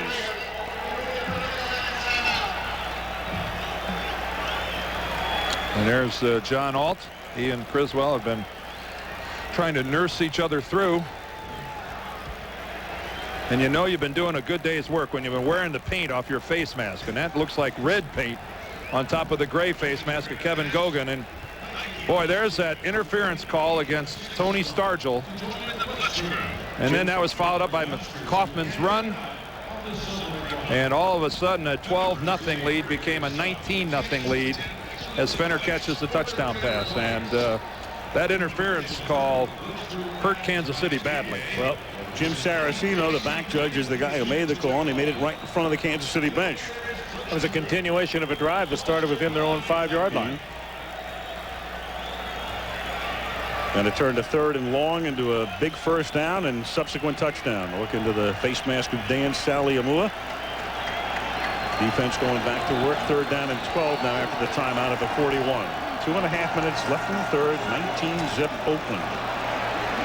Hostetler guns it over the middle. Tim Brown into Kansas City territory, and a first down at the 36-yard line. That's been open every time they've tried to go to Brown over the middle. Takes it upfield as though he's going to go on a deep pattern, and he just sets up in the Kansas City zone, and he has been wide open. We'll see it again.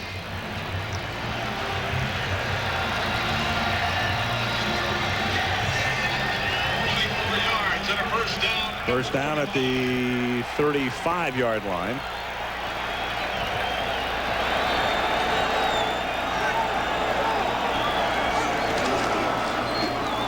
Williams picks up about 3 to the 33.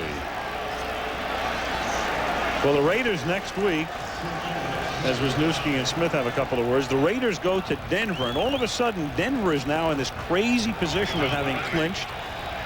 Rolled over yesterday in Green Bay. Of course, they didn't have Elway playing. They have nothing at stake next week. Denver goes in, but a lot of other AFC teams do. And then the Raiders come back here and end with Seattle on the 22nd. Even without Elway, you suspect that the Broncos wanted to play a little more representative ball game than that. Yep.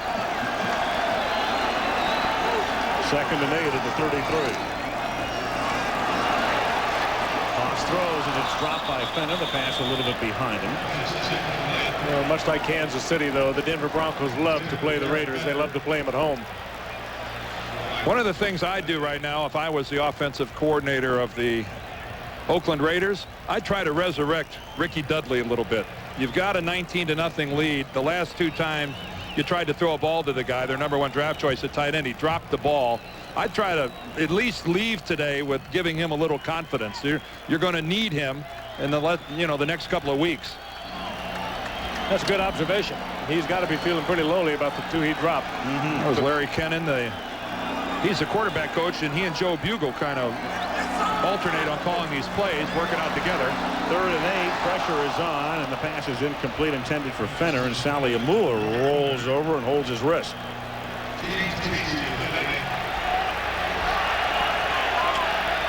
And Red Cashin calls for the medical assistance. Boy, and the Kansas City Chiefs are dropping.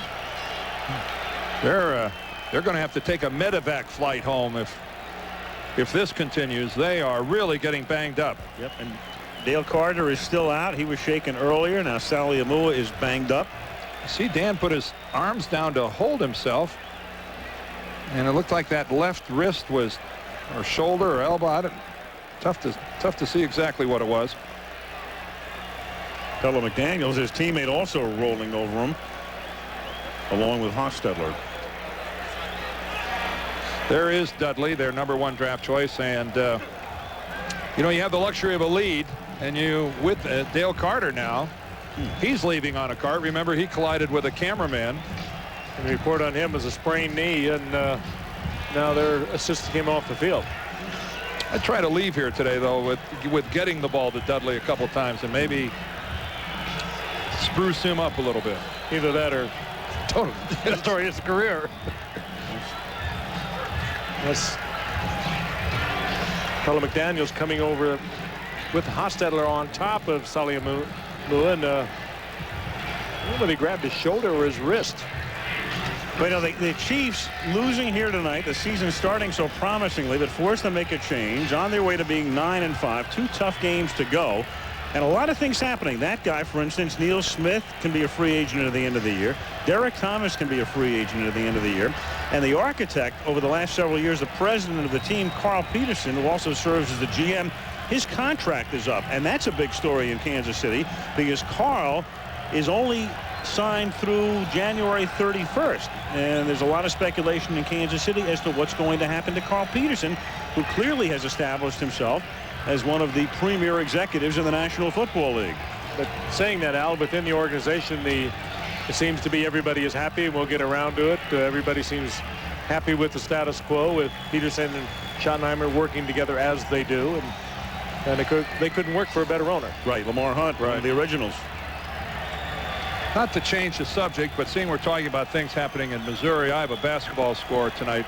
Visitation beats Herculaneum, and my daughter plays her first varsity basketball game tonight and scores 7 points. 7 points. 7 points. That's exactly right. Made the varsity as a freshman. I promised the team if they won, I'd say it on Monday night. Way to go, girls. That's great.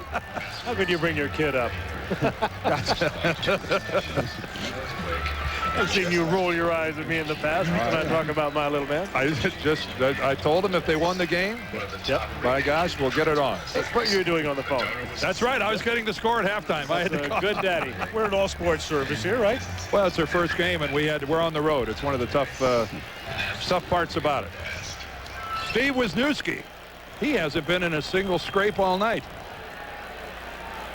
That doesn't seem fair. Well, he's already been assessed enough in fine money this year that he doesn't want to get in any more scrapes. Goodyear blimp, it is the Eagle, soaring high above the East Bay, as they call it in this area, the Bay Area. We'll be in the West Bay, so to speak, San Francisco across the bay. Kind of an up and down night for our blimp. Yes, it is. But it's up right now, and hopefully it'll stay up for a while. Yeah, and Stoyanovich is really in pain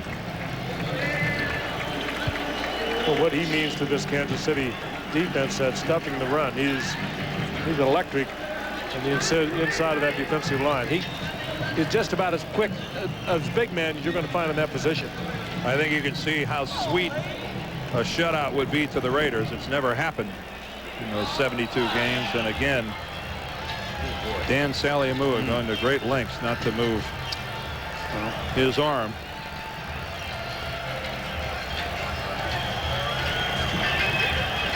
Dan in his 10th year out of Arizona State, and a guy who really does the dirty work inside and makes the dirty work look very pretty. He's had a great career.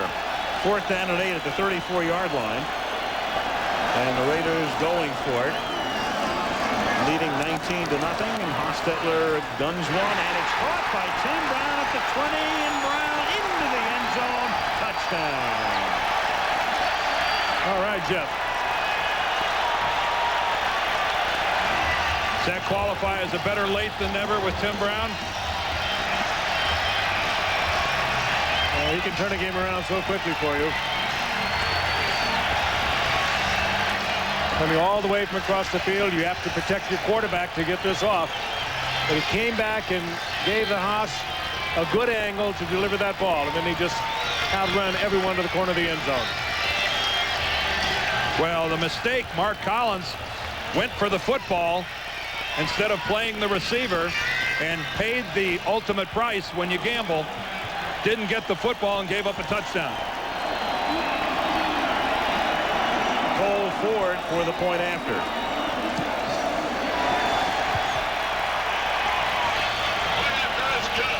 Celebration time in Oakland, California, because with 52 seconds left in the third quarter, it is 26-0.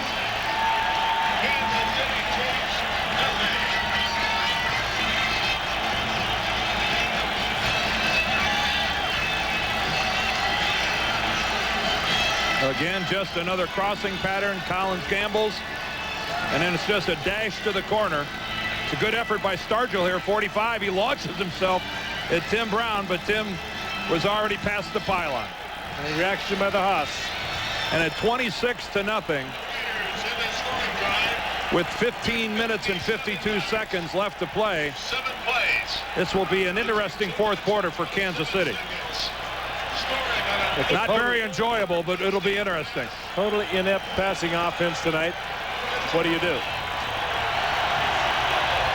Come out and try and get some self-respect and try to make the game respectable? Well, you know, you think when you look at the Raiders and the way they're dismantling the Chiefs, you can't help but think back to this 6-7 record and those half a dozen games that they lost by 6 points or less.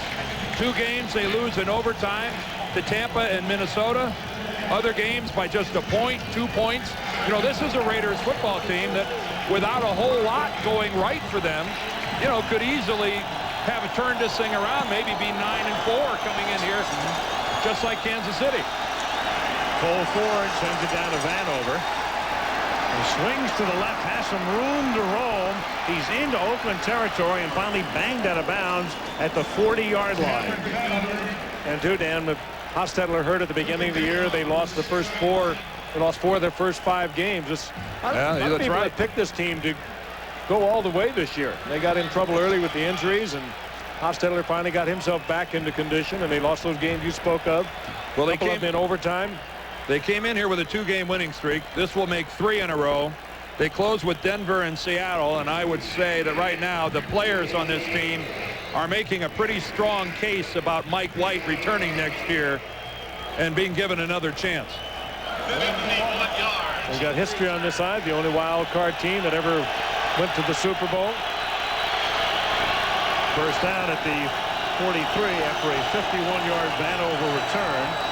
And that's caught over the middle by Kimball Andrews. He's tackled at the 38-yard line by Mike Jones as the time ticks down in the third quarter. Yeah, they're the only wild card team to win a Super Bowl. They, of course, they were the last AFC team to win a Super Bowl. Well, they beat the Eagles in that particular Super Bowl, and they beat the Redskins the last time the AFC won, and Marcus Allen was the MVP of the game.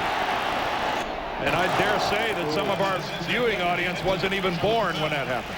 Hey, that was another not so pretty delivery by Ganon. Through that sidearm, that was a flyer. LaChapelle, I don't think he even thought that was for him. Saliamua, the report is a shoulder injury, the right shoulder. Holding his arm as he walked off the field. They're listing him as questionable to return, but It's highly doubtful with that pose. I think we're safe in speculating that Dan won't be back at this point in this particular game. And the Chiefs taking a timeout. Is this? Well, yeah, the play clock was running down. They didn't have the right personnel apparently on the field, and they take a TO. And I remember saying something at the beginning of this game about 2 running teams, and we might really have a fast game tonight. I was all over that one, wasn't I? When was the last fast Raiders game you ever attended, Dan? Well, you just thought with the weather and the real effective running games of both of these teams that we might see a quickie. Well, they take Stoyanovich back to the locker room. We'll get an updated report, the shoulder injury. And here's a reminder, the Pro Bowl selection show on ESPN is Thursday night at 7:30 Eastern. The game itself is in early February, the first Sunday in February. And per usual, ABC Sports will be in Honolulu as this season concludes with the Pro Bowl on the 2nd of February right here on ABC. Have you checked out our accommodations? I certainly have, sir. And you'll be very happy with them. Mahalo. Many mahalos. 3rd down and 6 at the 39-yard line.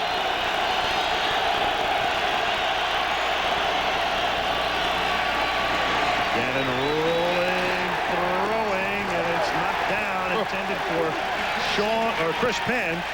Lorenzo Lynch with the pop. And Lance Johnstone, the rookie, all over Ganon.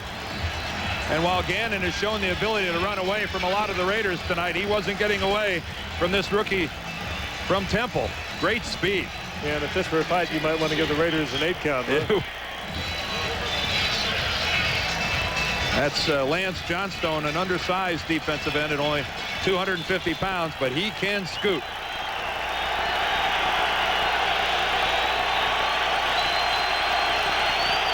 Fourth down and 6. Chiefs compelled to go for it. They have to take another timeout. Well, this is a total unraveling here. Whoa, this is unbelievable. They took a timeout with 11 seconds left in the quarter, and now one with 6. In a quarter that has gone over an hour.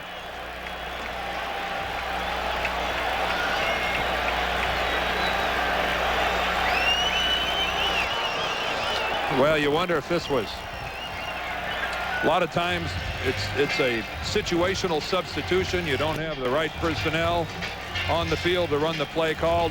Whatever it is, Kansas City is looking like this is their first preseason game rather than the 14th game of the season. Marty Schottenheimer was not ignoring his quarterback. He actually was, in all probability, listening to Paul Hackett, his offensive coordinator. Next week we go to Miami, where the Dolphins try to get untracked. Jimmy Johnson's first season concluding. Dan Marino, of course, in action against the Buffalo Bills. The Bills very much in the playoff hunt, but Jim Kelly was hurt yesterday. It's a midweek decision whether he'll start or not. We'll see Thurman Thomas and the rest in action. Very big game for Buffalo. The Bills and the Dolphins next week on Monday Night Football. 4th and 6 now from the 39. Gannon throws, and it's caught, and it is a first down as Todd McNair makes his catch at the 31-yard line, and the period ends. End of 3. Oakland 26, Kansas City nothing. Monday Night Football returns after this from our ABC stations.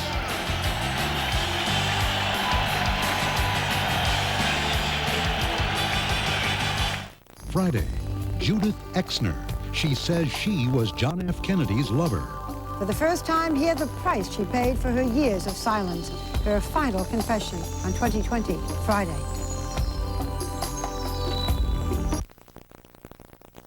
I'm Steve Gannon. Coming up on the 49er Locker Room Report, we'll take another look at that debacle with Carolina yesterday. All that right after Raiders and Chiefs tonight.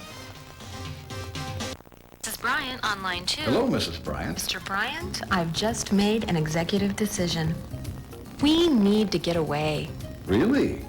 Remember the last time we went to Seascape Resort? Oh, yeah, Seascape. What a beautiful drive. It was a beautiful drive, but I loved the tennis. And did the kids have a great time or what? Seascape Resort, all suites on the Monterey Bay. 1-800-929-7727. There's a holiday delivery for you from KNTV. It's your chance to win KNTV Christmas checks, up to $2,000, good for merchandise from participating retailers. Pick up an entry card from one of our sponsors. Mail your entry to KNTV up until December 18th. Then watch KNTV News at 6. If you're the lucky finalist, call in by 6:30 p.m. and you're a winner. We're giving away checks every day for 3 weeks. Get your entry blanks at Wireless World Dealers Car Stereo, Kids Park, and Avery's. Let me hear you say, woo! Jenny, Jenny, Jenny, well, won't you come and talk to me? Jenny, Jenny, woo! Jenny, Jenny, you know I can't miss you, and that's the way the talk should be. Jenny, Jenny, woo! Jenny Jones. Weekdays at 3 on KNTV 11. Severe storms across the country, the latest tonight at 11. Fourth quarter begins. It's first down for Kansas City at the 31, and Gannon's pass is dropped by Todd McNair. Fourth quarter underway. Al Michaels, Frank Gifford, Dan Deerdorff, Lynn Swan in Oakland, where the Raiders are dominating 26-0. McNair, a long time chief before he opted for free agency and went with Houston last year. He came back as a free agent to Kansas City, works well out of the backfield, and they need something to lift their passing game. They have really struggled tonight.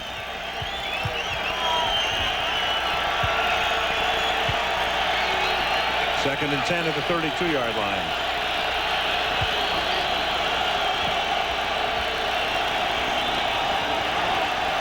Gannon to LaChapelle inside the 20, upended at the 11-yard line by Lorenzo Lynch. First down, KC. LaChapelle, a big man. He was about 215 pounds. He was not looking for the easy way. Well, Lorenzo Lynch, a very physical, strong safety. He goes 210, and he puts his shoulder right on LaChapelle and upends him. That's a good open field tackle by Lorenzo Lynch. Look out, Chester. And it's caught by LaChapelle. So the kid from Napa Valley, not far from here, grew up in wine country, scores for Kansas City. And I believe the Raiders are being booed. Well, I think they're just booing the loss of the shutout. Right. The crowd would have loved to have seen this Raider defense come up with a shutout.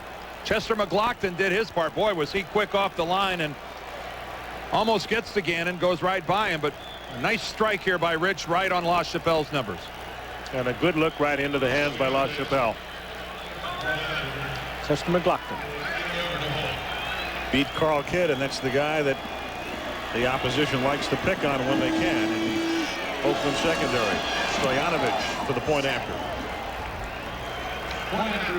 And 37 seconds into the fourth quarter. That makes it 26-7 Raiders.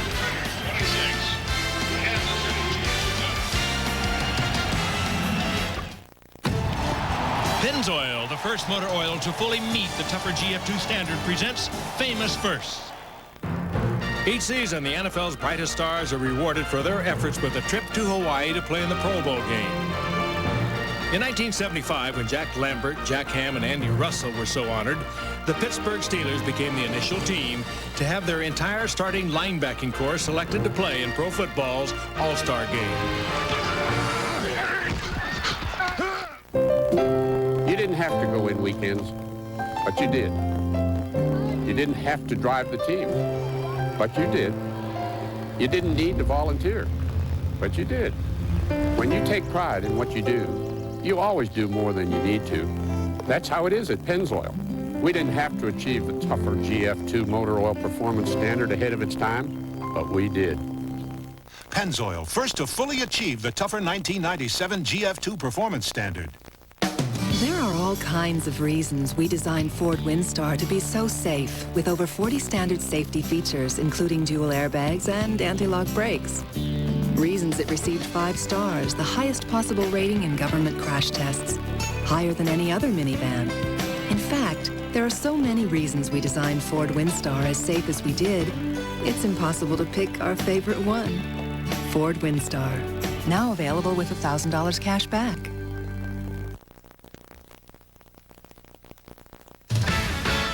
Division rivals meet in the AFC East.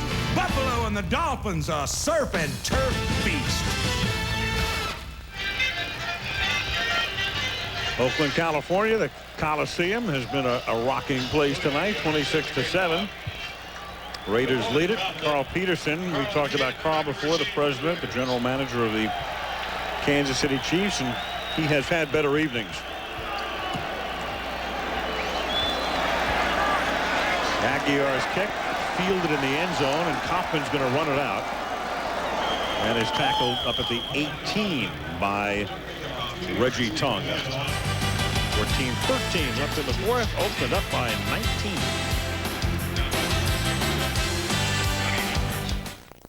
I feel very safe in this car. People love talking about Ford Taurus. I mainly bought it for safety and security. I like the way it looks. This car has everything I need to fit my lifestyle. Feels safe, reassuring. It handles well, it hugs the road. I can turn on a dime. I finally found a manufacturer who listens to the customer. Ford Taurus, the best-selling car in America, starting at $18,545. It's forward-moving, forward-thinking, and I love being a part of that. You can't beat it. Took it to the next level. What's more amazing than the places you can go on the internet? The fact that you don't need a computer to get there. Web TV from Philips Magnavox. The internet now on your television at a price almost anyone can afford.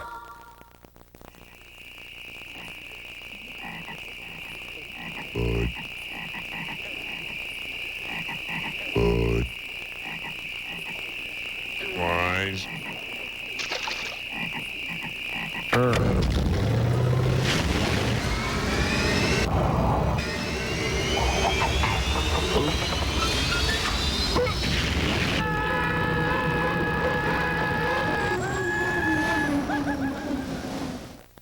Send email, get sports scores, find dinosaurs.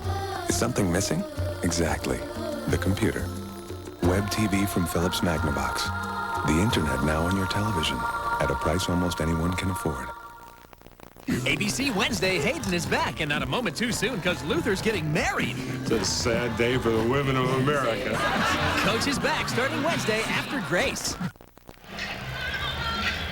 Raiders have the football with 14-13 remaining in the fourth quarter, leading 26-7. The Raiders trying to go 7-7 and head to Denver next week, and then come back here and end the regular season against Seattle, still in the wild card hunt.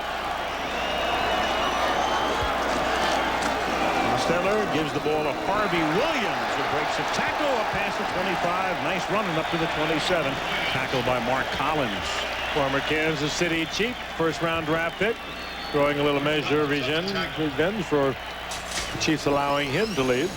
Check the numbers here. After 3, you can see that nearly double the yardage total in favor of the Raiders.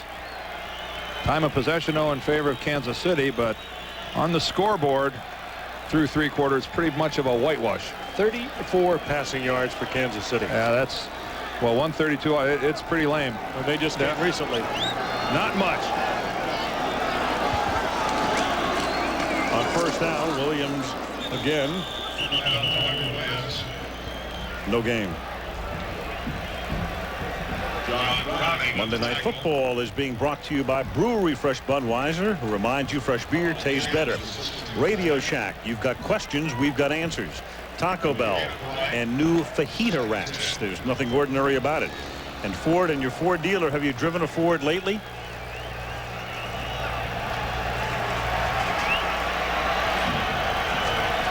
Second and 10 for the Raiders at the 27-yard line.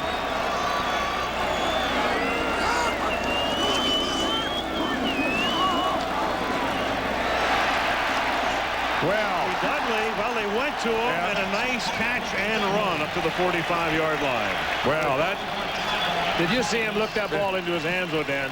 Somebody's been talking to him. And that's why they were smart to come back to him. When you're a rookie, keep in mind, when you're a rookie and you're at this stage of the season, Ricky Dudley's playing his 18th football game of the year. 4 preseason games, 14. This is like 2 complete college seasons.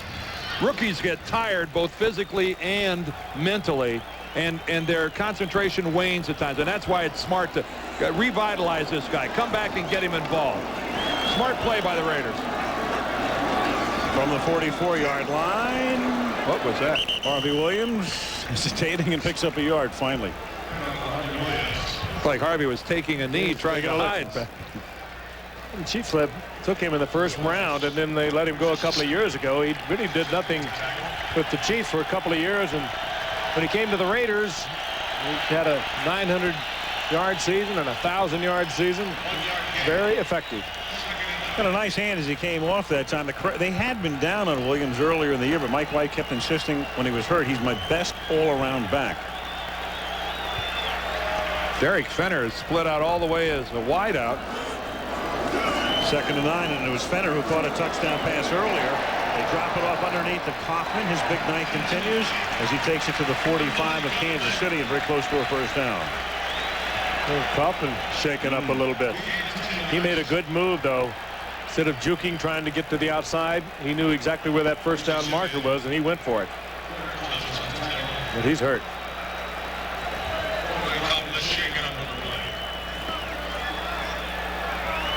They work on Kaufman with 11 minutes to go in the 4th quarter, and the Raiders up by 19 and Kaufman up.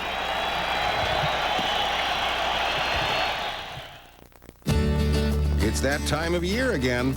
Time to get your car in shape for the holidays. Well, we've got everything on your list at Napa's Season Savings Sale. Like a halogen work lamp for only $11.99. And assorted Napa Evercraft tools at our lowest prices of the year. Plus, get an Evercraft hat free with purchase over $20. All at Napa's Season Savings Sale. We keep America running. I won't forget your smiling eyes. Remember how your reindeer flew through the skies. I won't forget your midnight snack. Always Coca-Cola would bring you back. So I won't forget to bring you home. Magical moments, always Coca-Cola.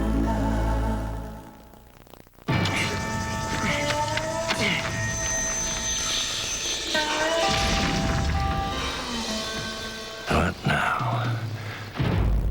You're using the wrong tool. Ford F-Series with the world's only standard third door. And available new 5.4-liter Triton V8 for even more torque and horsepower. Now you got all your holes dug, huh? The new Ford F-Series, built Ford tough.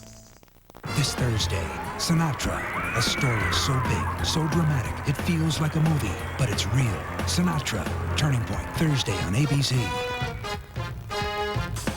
Well, we salute Red Cashin tonight, who is ending his career this season. Jim Tunney, who has retired, has refereed the most games in the history of this package. And then the late Pat Haggerty was second, and Big Red tonight refereeing for the 24th time on Monday Night Football. We'll really miss him. Good guy and a great referee. Red lives down by College Station, Texas. First down at the 45, and Harvey Williams picks up a yard to the 44-yard line. Red's been a referee 25 years.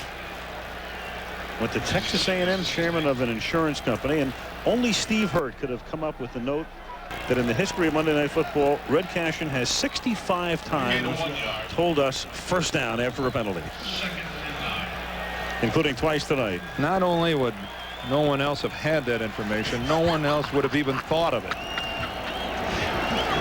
We cover all the bases. And we're just waiting for number 66. Right. Second down and 10 as Harvey Williams takes it to the 42-yard line. Raiders trying to get a time-consuming running game going. Third leading rushing team coming into this game, and Kansas City took them pretty much out of the running game early on.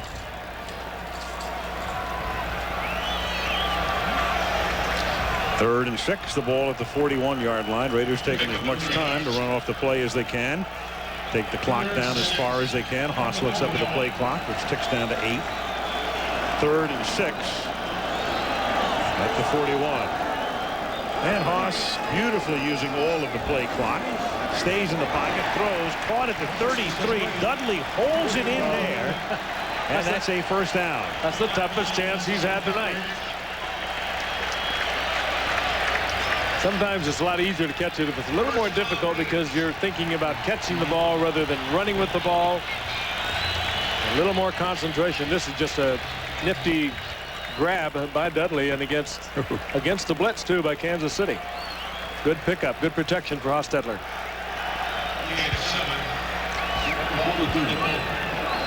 Haas at 50% now for 150 yards and 3 touchdowns. He's getting respectable. Harvey Williams gets hit by Phillips, and then Thomas helps to knock him out of bounds.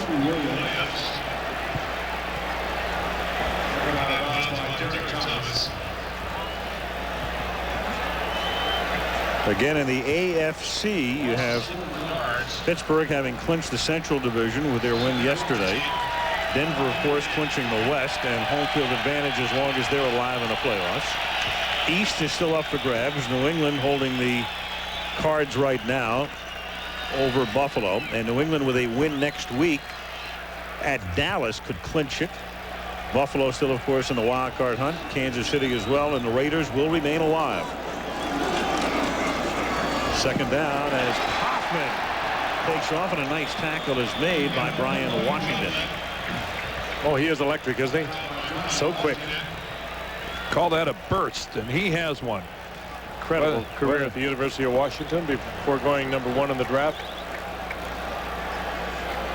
Watch it right here. Little Barry Sanders there. Little skip.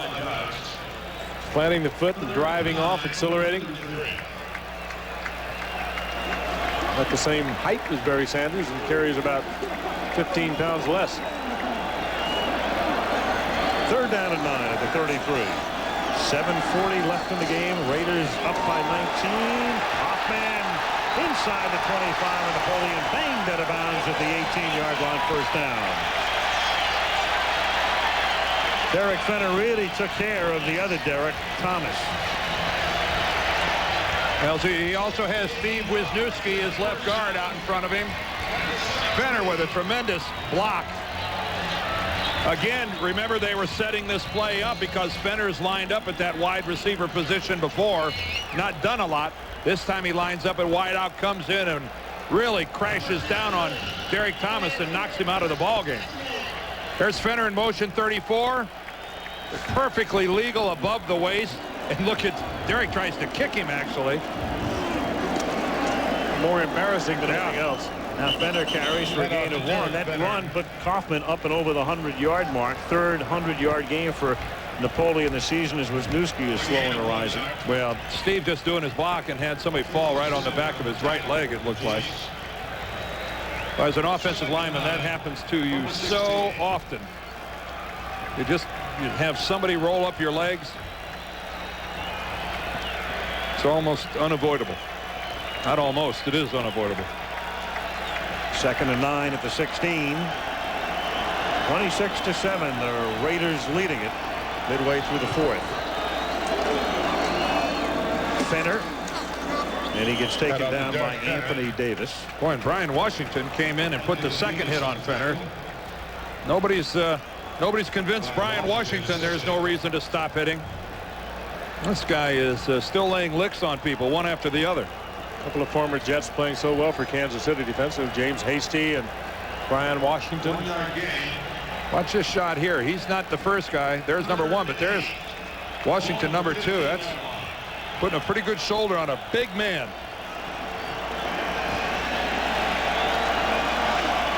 Third and 8 at the 15-yard line.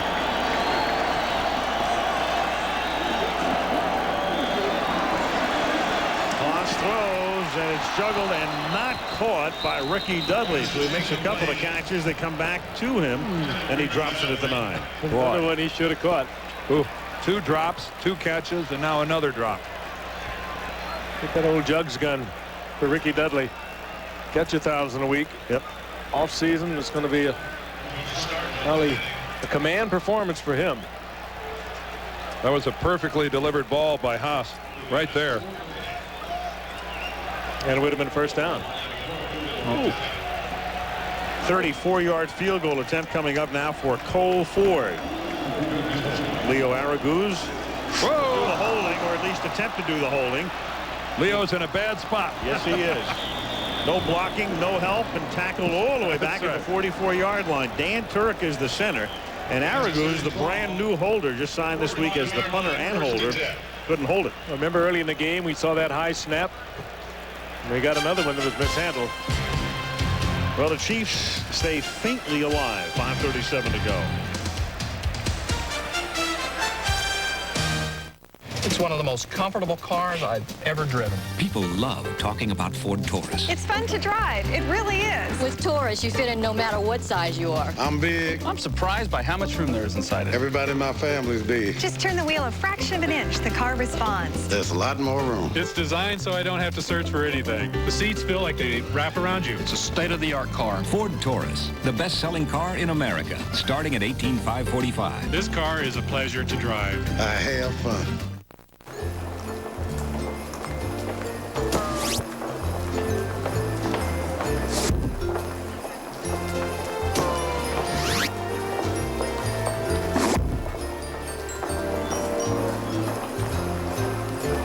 If you're stuck on what to get the men on your list this year, here's a timely reminder. Radio Shack has the gifts men are attracted to. Radio Shack, you've got questions, we've got answers. The Black & Decker Workmate, now with a larger work surface and one-handed clamping.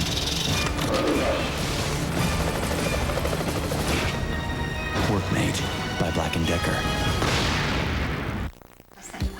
You know, whenever I serve Ballatori at a party, something really interesting happens in the kitchen that doesn't usually happen. All the glasses come back empty. Why champagne when Ballatori tastes so good? When their favorite police dog goes to that fire hydrant in the sky, Mike gives the eulogy. Man was his best friend, and as far as hobbies, licking himself. Spin City, ABC, Tuesday. Kansas City trailing in the game 26-7 as the Chiefs take over at the 44-yard line.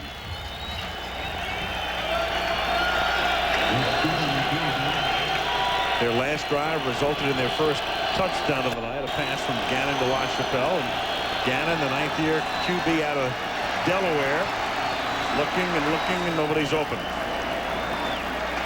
Pass is incomplete. Second down and 10. Canton does show a lot of presence. Got himself in trouble there, but still able to throw away. Didn't try to force it. Saw a shot of the buildings that frame Lake Merritt in downtown Oakland, saluting the Raiders on a good night to salute them because they played well tonight. Lead 26-7. See Gannon well below 500. One touchdown, one interception. A very unproductive night. Under center. Second and 10. Anders can't hold it. The pass was right there, and Kimball just dropped it. Ooh. Hit by Mike Jones. He got a lot of help in dropping it from Mike Jones.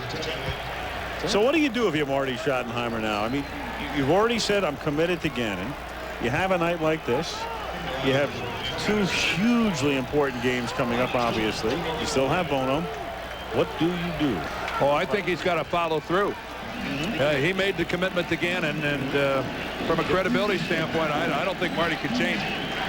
Yep, very difficult. Keep in mind, Gannon is very athletic. He's been running for his life tonight, too. And Bono, had he been in there, he might have been in a lot of trouble. Third and 10. Gannon throws. That's right on the money to McNair, and Kidd wrestles him out of bounds. It's a first down at the Oakland 43-yard line. Carl Kidd on the coverage.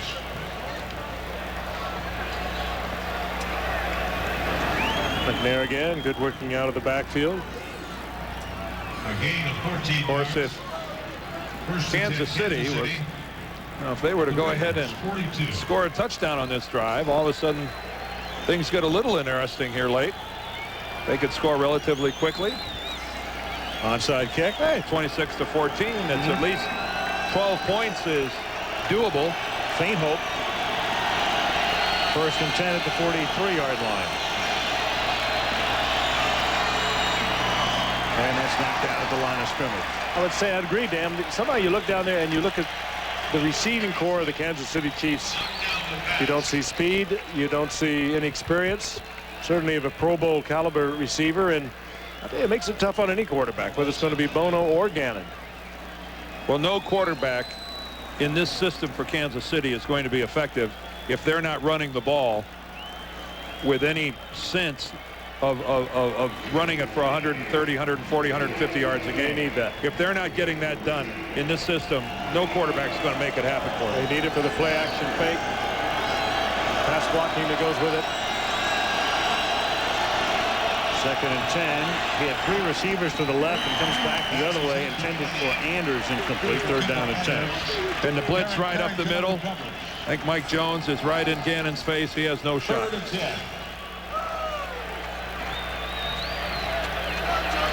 Steve Bono, the much maligned Steve Bono, but you look at his record, 28-11, the best among all of the active quarterbacks in the National Football League. He had a great 3 quarters of a season a year ago. Remember that? That's what he is this year. But then he slumped off towards the end of the season. They went into that playoff game against Indianapolis, who had a terrible playoff game, and that was when Marty pulled him the first time. Somebody threw a football onto the field out of the stand.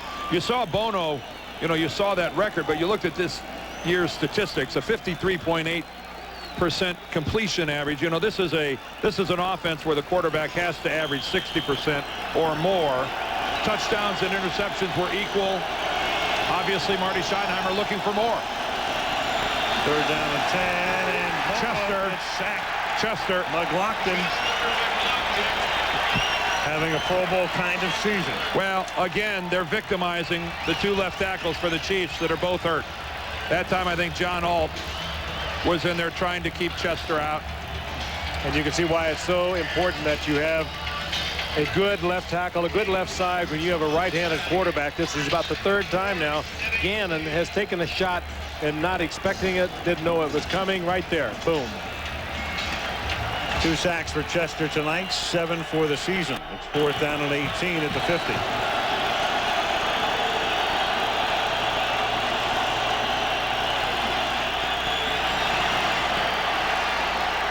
And it's dropped.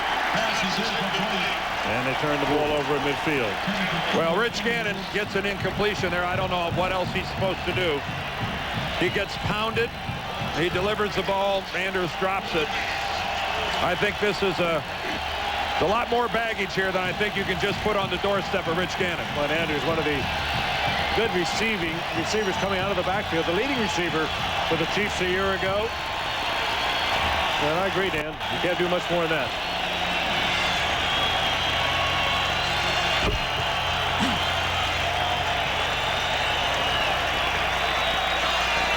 .418 left in the 4th quarter, and the Raiders can, with a couple of first downs, run out the clock. Boy, that was a look at a weary Warrior. Here's a look at another one. Well, again, Alt pressed into service because Criswell hurt his ankle. Criswell started the game. John Alt not even supposed to play.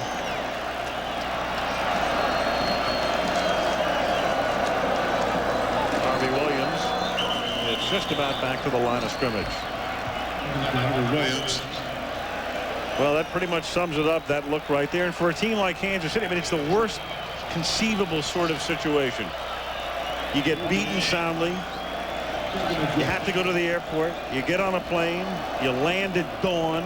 You have a short week. You've got a game on Sunday. Yeah, they've had 10 days to get healthy and ready for this one. And they are nicked both on the offensive side and the defensive side here tonight. 2nd and 10 at the 50. Flag thrown. Harvey Williams dumped by Neil Smith.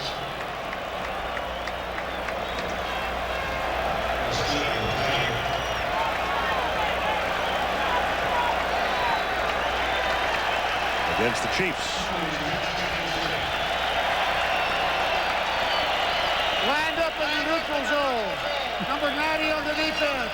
5 yards. He'll second out. Neil Smith.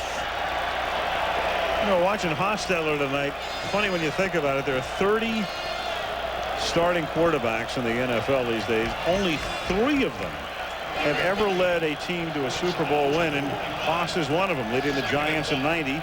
Steve Young is one, leading the 49ers to the championship in '94. That guy in Dallas, is he the other one? And Troy Aikman with 3 of them, and that's it. A couple of them as backups, but those are the only starters. Right. Second down. Here's Williams. You still have Mark Rippon in the league, but he's a backup at Philly. You still have Jim McMahon in the league, a backup in Green Bay, and both of those guys led their teams as starters to Super Bowl titles. Once again, the rain has stopped here in Oakland. Field, of course, pretty saturated. The grounds crew will have to be busy here putting the field back together between the hash marks. It's been beat up. 3rd and 1 at the 41.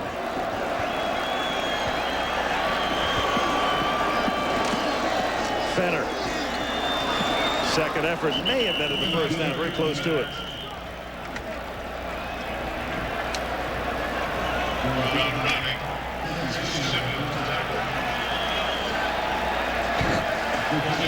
Bring in the stick, says Red.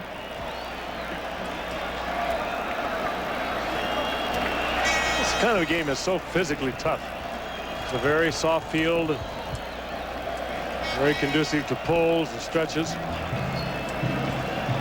Well, you hit it on the head. This is going to be a tough ride back to Kansas City tonight. There has to be a lot of wondering going on about this football team. Just enough.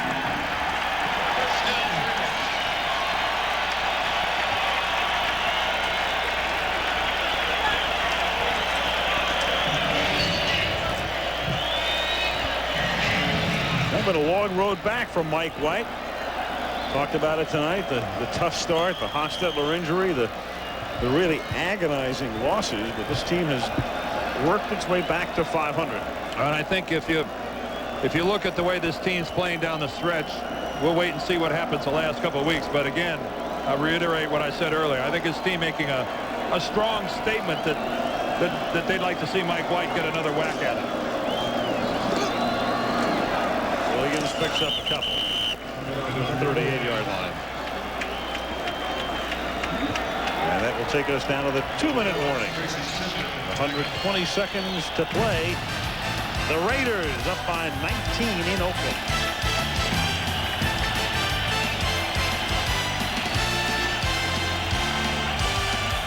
Here's to the winner. It's true. Kansas City has a new volunteer spirit because people believe they can make a difference in their community. To prove it, they set aside one day in their lives. They call it the Day of Caring. Hi, I'm Joe Phillips of the Kansas City Chiefs, and this is my wife, Cindy. We're United Way volunteers, as are all of these folks who are a part of the Day of Caring with the United Way as the catalyst. Heart of America, United Way is making a difference as more than 3,000 volunteers get out into their community to help people. They clean and paint, as well as provide carpentry to repair and replace the furnishings of the homes of the aged and shut-ins. They're helping people through more than 400 United Way agencies. Their United Way campaign produced over $32 million last year. This is our family, Joseph and Ashley. We hope they'll be part of tomorrow's Day of Caring when they grow up. The NFL and the United Way are making a difference. United Way, reaching those who need help, touching us all.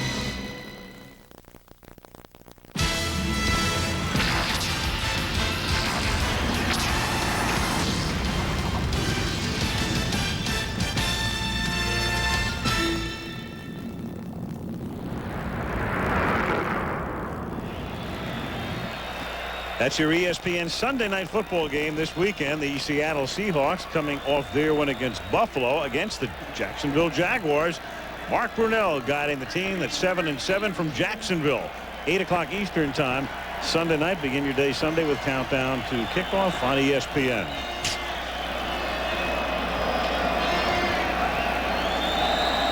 Well, Albert Lewis can share a moment with what we assume is one of his children, as the Raiders are on their way to a 19-point victory, and there's a guy out on the field and they don't see it and they run the play anyway, but they actually saw it just prior to the snap. Whistled it dead, no play. Joe Aska is in the game, and he would have carried the football. And may get another crack before it's over. The Goodyear Blimp Eagle will head back to its base as you look at the renovated Oakland Coliseum. They spent a lot of money to renovate it. Not quite sure who's going to wind up paying for it when it's all said and done. Some of it may come out of the taxpayers' pockets. 2nd down and 10 at the 38-yard line. Aska.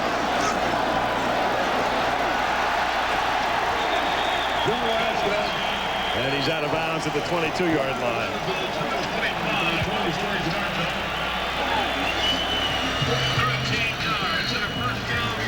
Joe gets around the corner, shows some speed for a big guy. He was a track star in high school back in Oklahoma. Joe doesn't know that all we ask of him is to stay in bounds. He went to Putnam City High School. I was out in Oklahoma City recently, and it's quite a city. They really bounced back from that horrible tragedy, but I had a driver out there that knew him and said he was the finest athlete that had come out of Oklahoma in years. An outstanding track star and a good football player. Aska again. The kid who lost the sight in one eye. There's a happy, well, normally they're a happy group. I'm not quite sure what they're smiling about tonight. Marcus Allen, Art Shell. Well, if you're just tuning in, nope, it's not that way at all. They're down by 19. This will be the first time in how many games for Marcus Allen that he's lost to the Raiders? We had, what, 6 straight? This is it's 7 straight wins. 7 straight wins. That's right. They won earlier this year. That's still a pretty good record. It is. Aska gets taken down. Started to mention before he lost the sight of his eye in a childhood accident, but again, you just think back. Pretty good career. You just think back as the Raiders work their way to 500, just how close they were in so many games to be looking at a rather lofty record right now with just a few breaks along the way. Kenny Wolf, our illustrious producer. Monday Night Football, directed by Craig Janoff. Our technical director, Joey Chavo. Ben Harvey and the gang, Jaime Bravo. All part of this traveling circus, which heads next week to, along with Victor Vitarelli and Chris Pfeiffer and Steve Hurt, to Miami. Hello, Joe Aska. Tim Bauer, along with George Hill, our statistician. Malibu Kelly Hayes, our spotter. On we go. You can go deep on the internet on NFL.com during the week to stay up to date with all of the NFL information as Week 15 climaxes with a big Oakland victory. They win it by a score of 26-7 to get to 500. The Chiefs drop to 9-5. And they do not clinch, which they could have done, a playoff berth. They'll have to wait until next week if they can knock off Indianapolis. We'll talk to you next Monday as we head to Miami for the game between the Dolphins and the Bills. Until then, Al Michaels, Frank Gifford, Dan Deirdre, Lynn Swan. Good night from Oakland.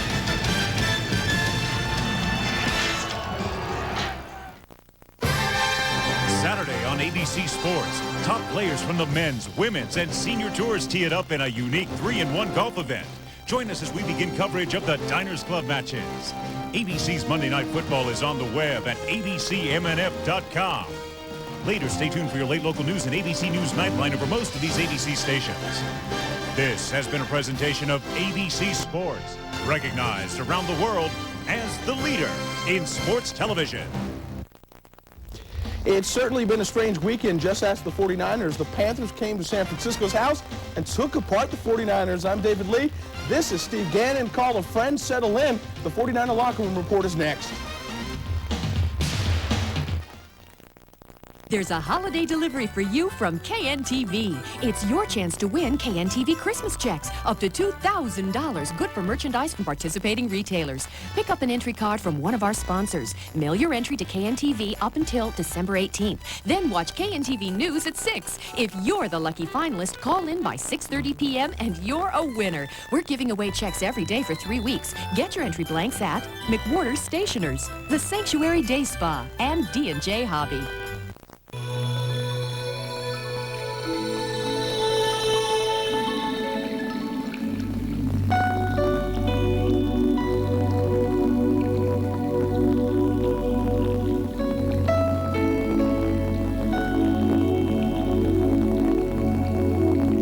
The perfect gift. It truly is the Sanctuary Day Spa in Seascape Village at Seascape Resort Aptos. For an appointment or gift information, call 688-SPAS. Toys for Tots, bringing holiday magic to kids for almost 50 years. U.S. Marines help save the day for kids who are sometimes left off Santa's list. Hi, I'm Chris Donahoe. This holiday season, make a place on your list or in your heart for a child you don't even know. Bring a new unwrapped toy here to Netcom's downtown outdoor ice rink or to one of these locations. Help spread happiness to thousands of local kids in need. On behalf of the United States Marine Corps and all of us at KNTV, thank you for supporting Toys for Tots.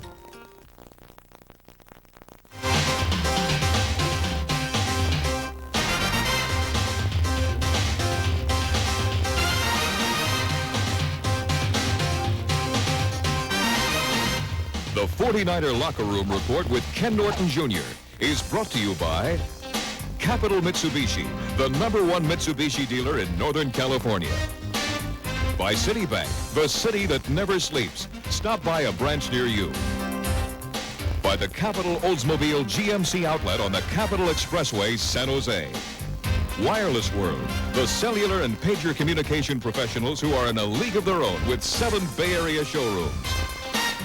And by Fry's Electronics. Your best buys are always at Fry's, guaranteed. Welcome to the 49er Locker Room Report. I'm David Lee, alongside my KNTV tag team partner, Mr. Steve Gannon, excuse me. First things first, I'm a little under the weather, so please excuse me off the bat. My normal co-host, Ken Norton Jr., is at a special 49er function. We'll be hearing from him shortly. As for now, Steve, what can you say? An awesome display by Carolina yesterday. Oh, without a doubt, it certainly was, David. You know, who would have thought that the Niner defense would have given up 30 points yesterday? Yet that's exactly what happened. Let's take another look at that game. It was one the Niners certainly would rather forget. They were constantly losing their composure. 15 penalties in all, while the Niners were hitting the self-destruct button. Carolina was hitting the score button. Wesley Walls, touchdown right here, and Carolina had a 7-0 lead. Niners found themselves in an offensive shootout for the first time this year. Young to Brent Jones, and that would cut it to 10-7. Later, trailing 17-7 in the offense, still playing catch-up. Young to Terrell Owens, and he's off, romping 46 yards down the sidelines for the score, and it's a 17-14 Carolina lead. Still first half. Kerry Collins is going to find Willie Green. Tyrone getting burnt. That made it, yeah, that's a score, 22-37 for 327 yards for Collins. Niner turnovers cost them big, 4 in all, but none bigger than right here. Eric Davis with the late pick in the 4th. As for penalties, a Raider-like 15 total for 121 yards. Niners hit the self-destruct button in this one. They lose 30-24, and they put Carolina in the driver's seat for the division title. Great deal of poise, and they executed extremely well. They're far from any fluke, that's for darn sure. They're a darn good football team, and they're sound in all areas. You know, you want to have some emotion in the game, but you can't have too much where you lose your poise, and there were some times when we lost our poise. Well, it feels pretty good to beat those guys because they're a great football team, and we played well out there and made a bunch of big plays today. All right, now normally Ken Norton Jr. would be sitting right here, but instead he's celebrating the 49ers' 50th anniversary up in San Francisco. We caught up with Ken earlier this evening to get his feelings on tonight's 49er Gala. Kind of celebrate what the 49ers have done over the last 50 years. Like our coach said today, it's not a celebration of what happened yesterday. It's a celebration of what this organization has built over the last 50 years and the people and the players that have been a part of this whole thing. Let's just kind of come together and have a good time with it. And David, as you know and we all know, not too many organizations as classy as the Niners. Yeah, without a doubt. They started from the beginning of training camp all the way to the Super Bowl, hopefully. You know, I've been around a lot of professional organizations, but it's so nice to see what they do, not only for the players, but for the people who go to work every day. They're there. You can get a sense that this whole team is ready to win from the janitors on up. That's right. And the media perspective, as you know, the media, you go to one other professional football team in the area, not to mention any names, you get warm colas, but when you go to the Niners and Seaford's press conference on Monday, you get treated like a king with the best buffet in town. Well, I think it has to do with a team that knows how to win. You know, 5 Super Bowls. They have a pretty good idea how to treat everybody, and I think that translates to the players who come here. Without a doubt, you see other players from other teams come to the 49ers. They're excited. They see all of the practice facility and everything. They say, hey, I want to be here for a while. And the winning tradition, of course, is something that goes far beyond any other professional organization. If you look at any player that comes in here, Gary Plummer earlier in the season says, God, I came from San Diego. Now here I am with the Niners, and there's just like, you cannot compare it. When you come to the Niners, making the playoffs not expected, getting to the Super Bowl and winning, that's what's expected. Yeah, not only getting to the playoffs, getting to the NFC Championship in particular. Time for us to take a quick commercial break. When we come back, we'll check in with the turning point from yesterday's game. We'll also take a look at how our missing co-host, Ken Norton Jr., played. It was another great game against the Panthers, at least until the very end. We'll take a look at Mr. Norton's performance when we come back.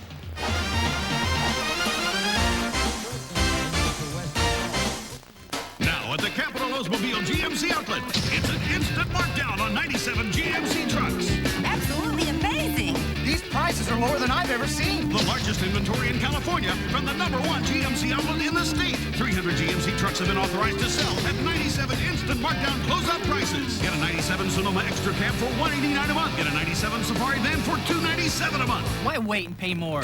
These are 97s. At the Capital Oldsmobile GMC outlet, Capital Expressway, San Jose. No matter how hard they try, there's no hiding it. Our competitors' prices are going up.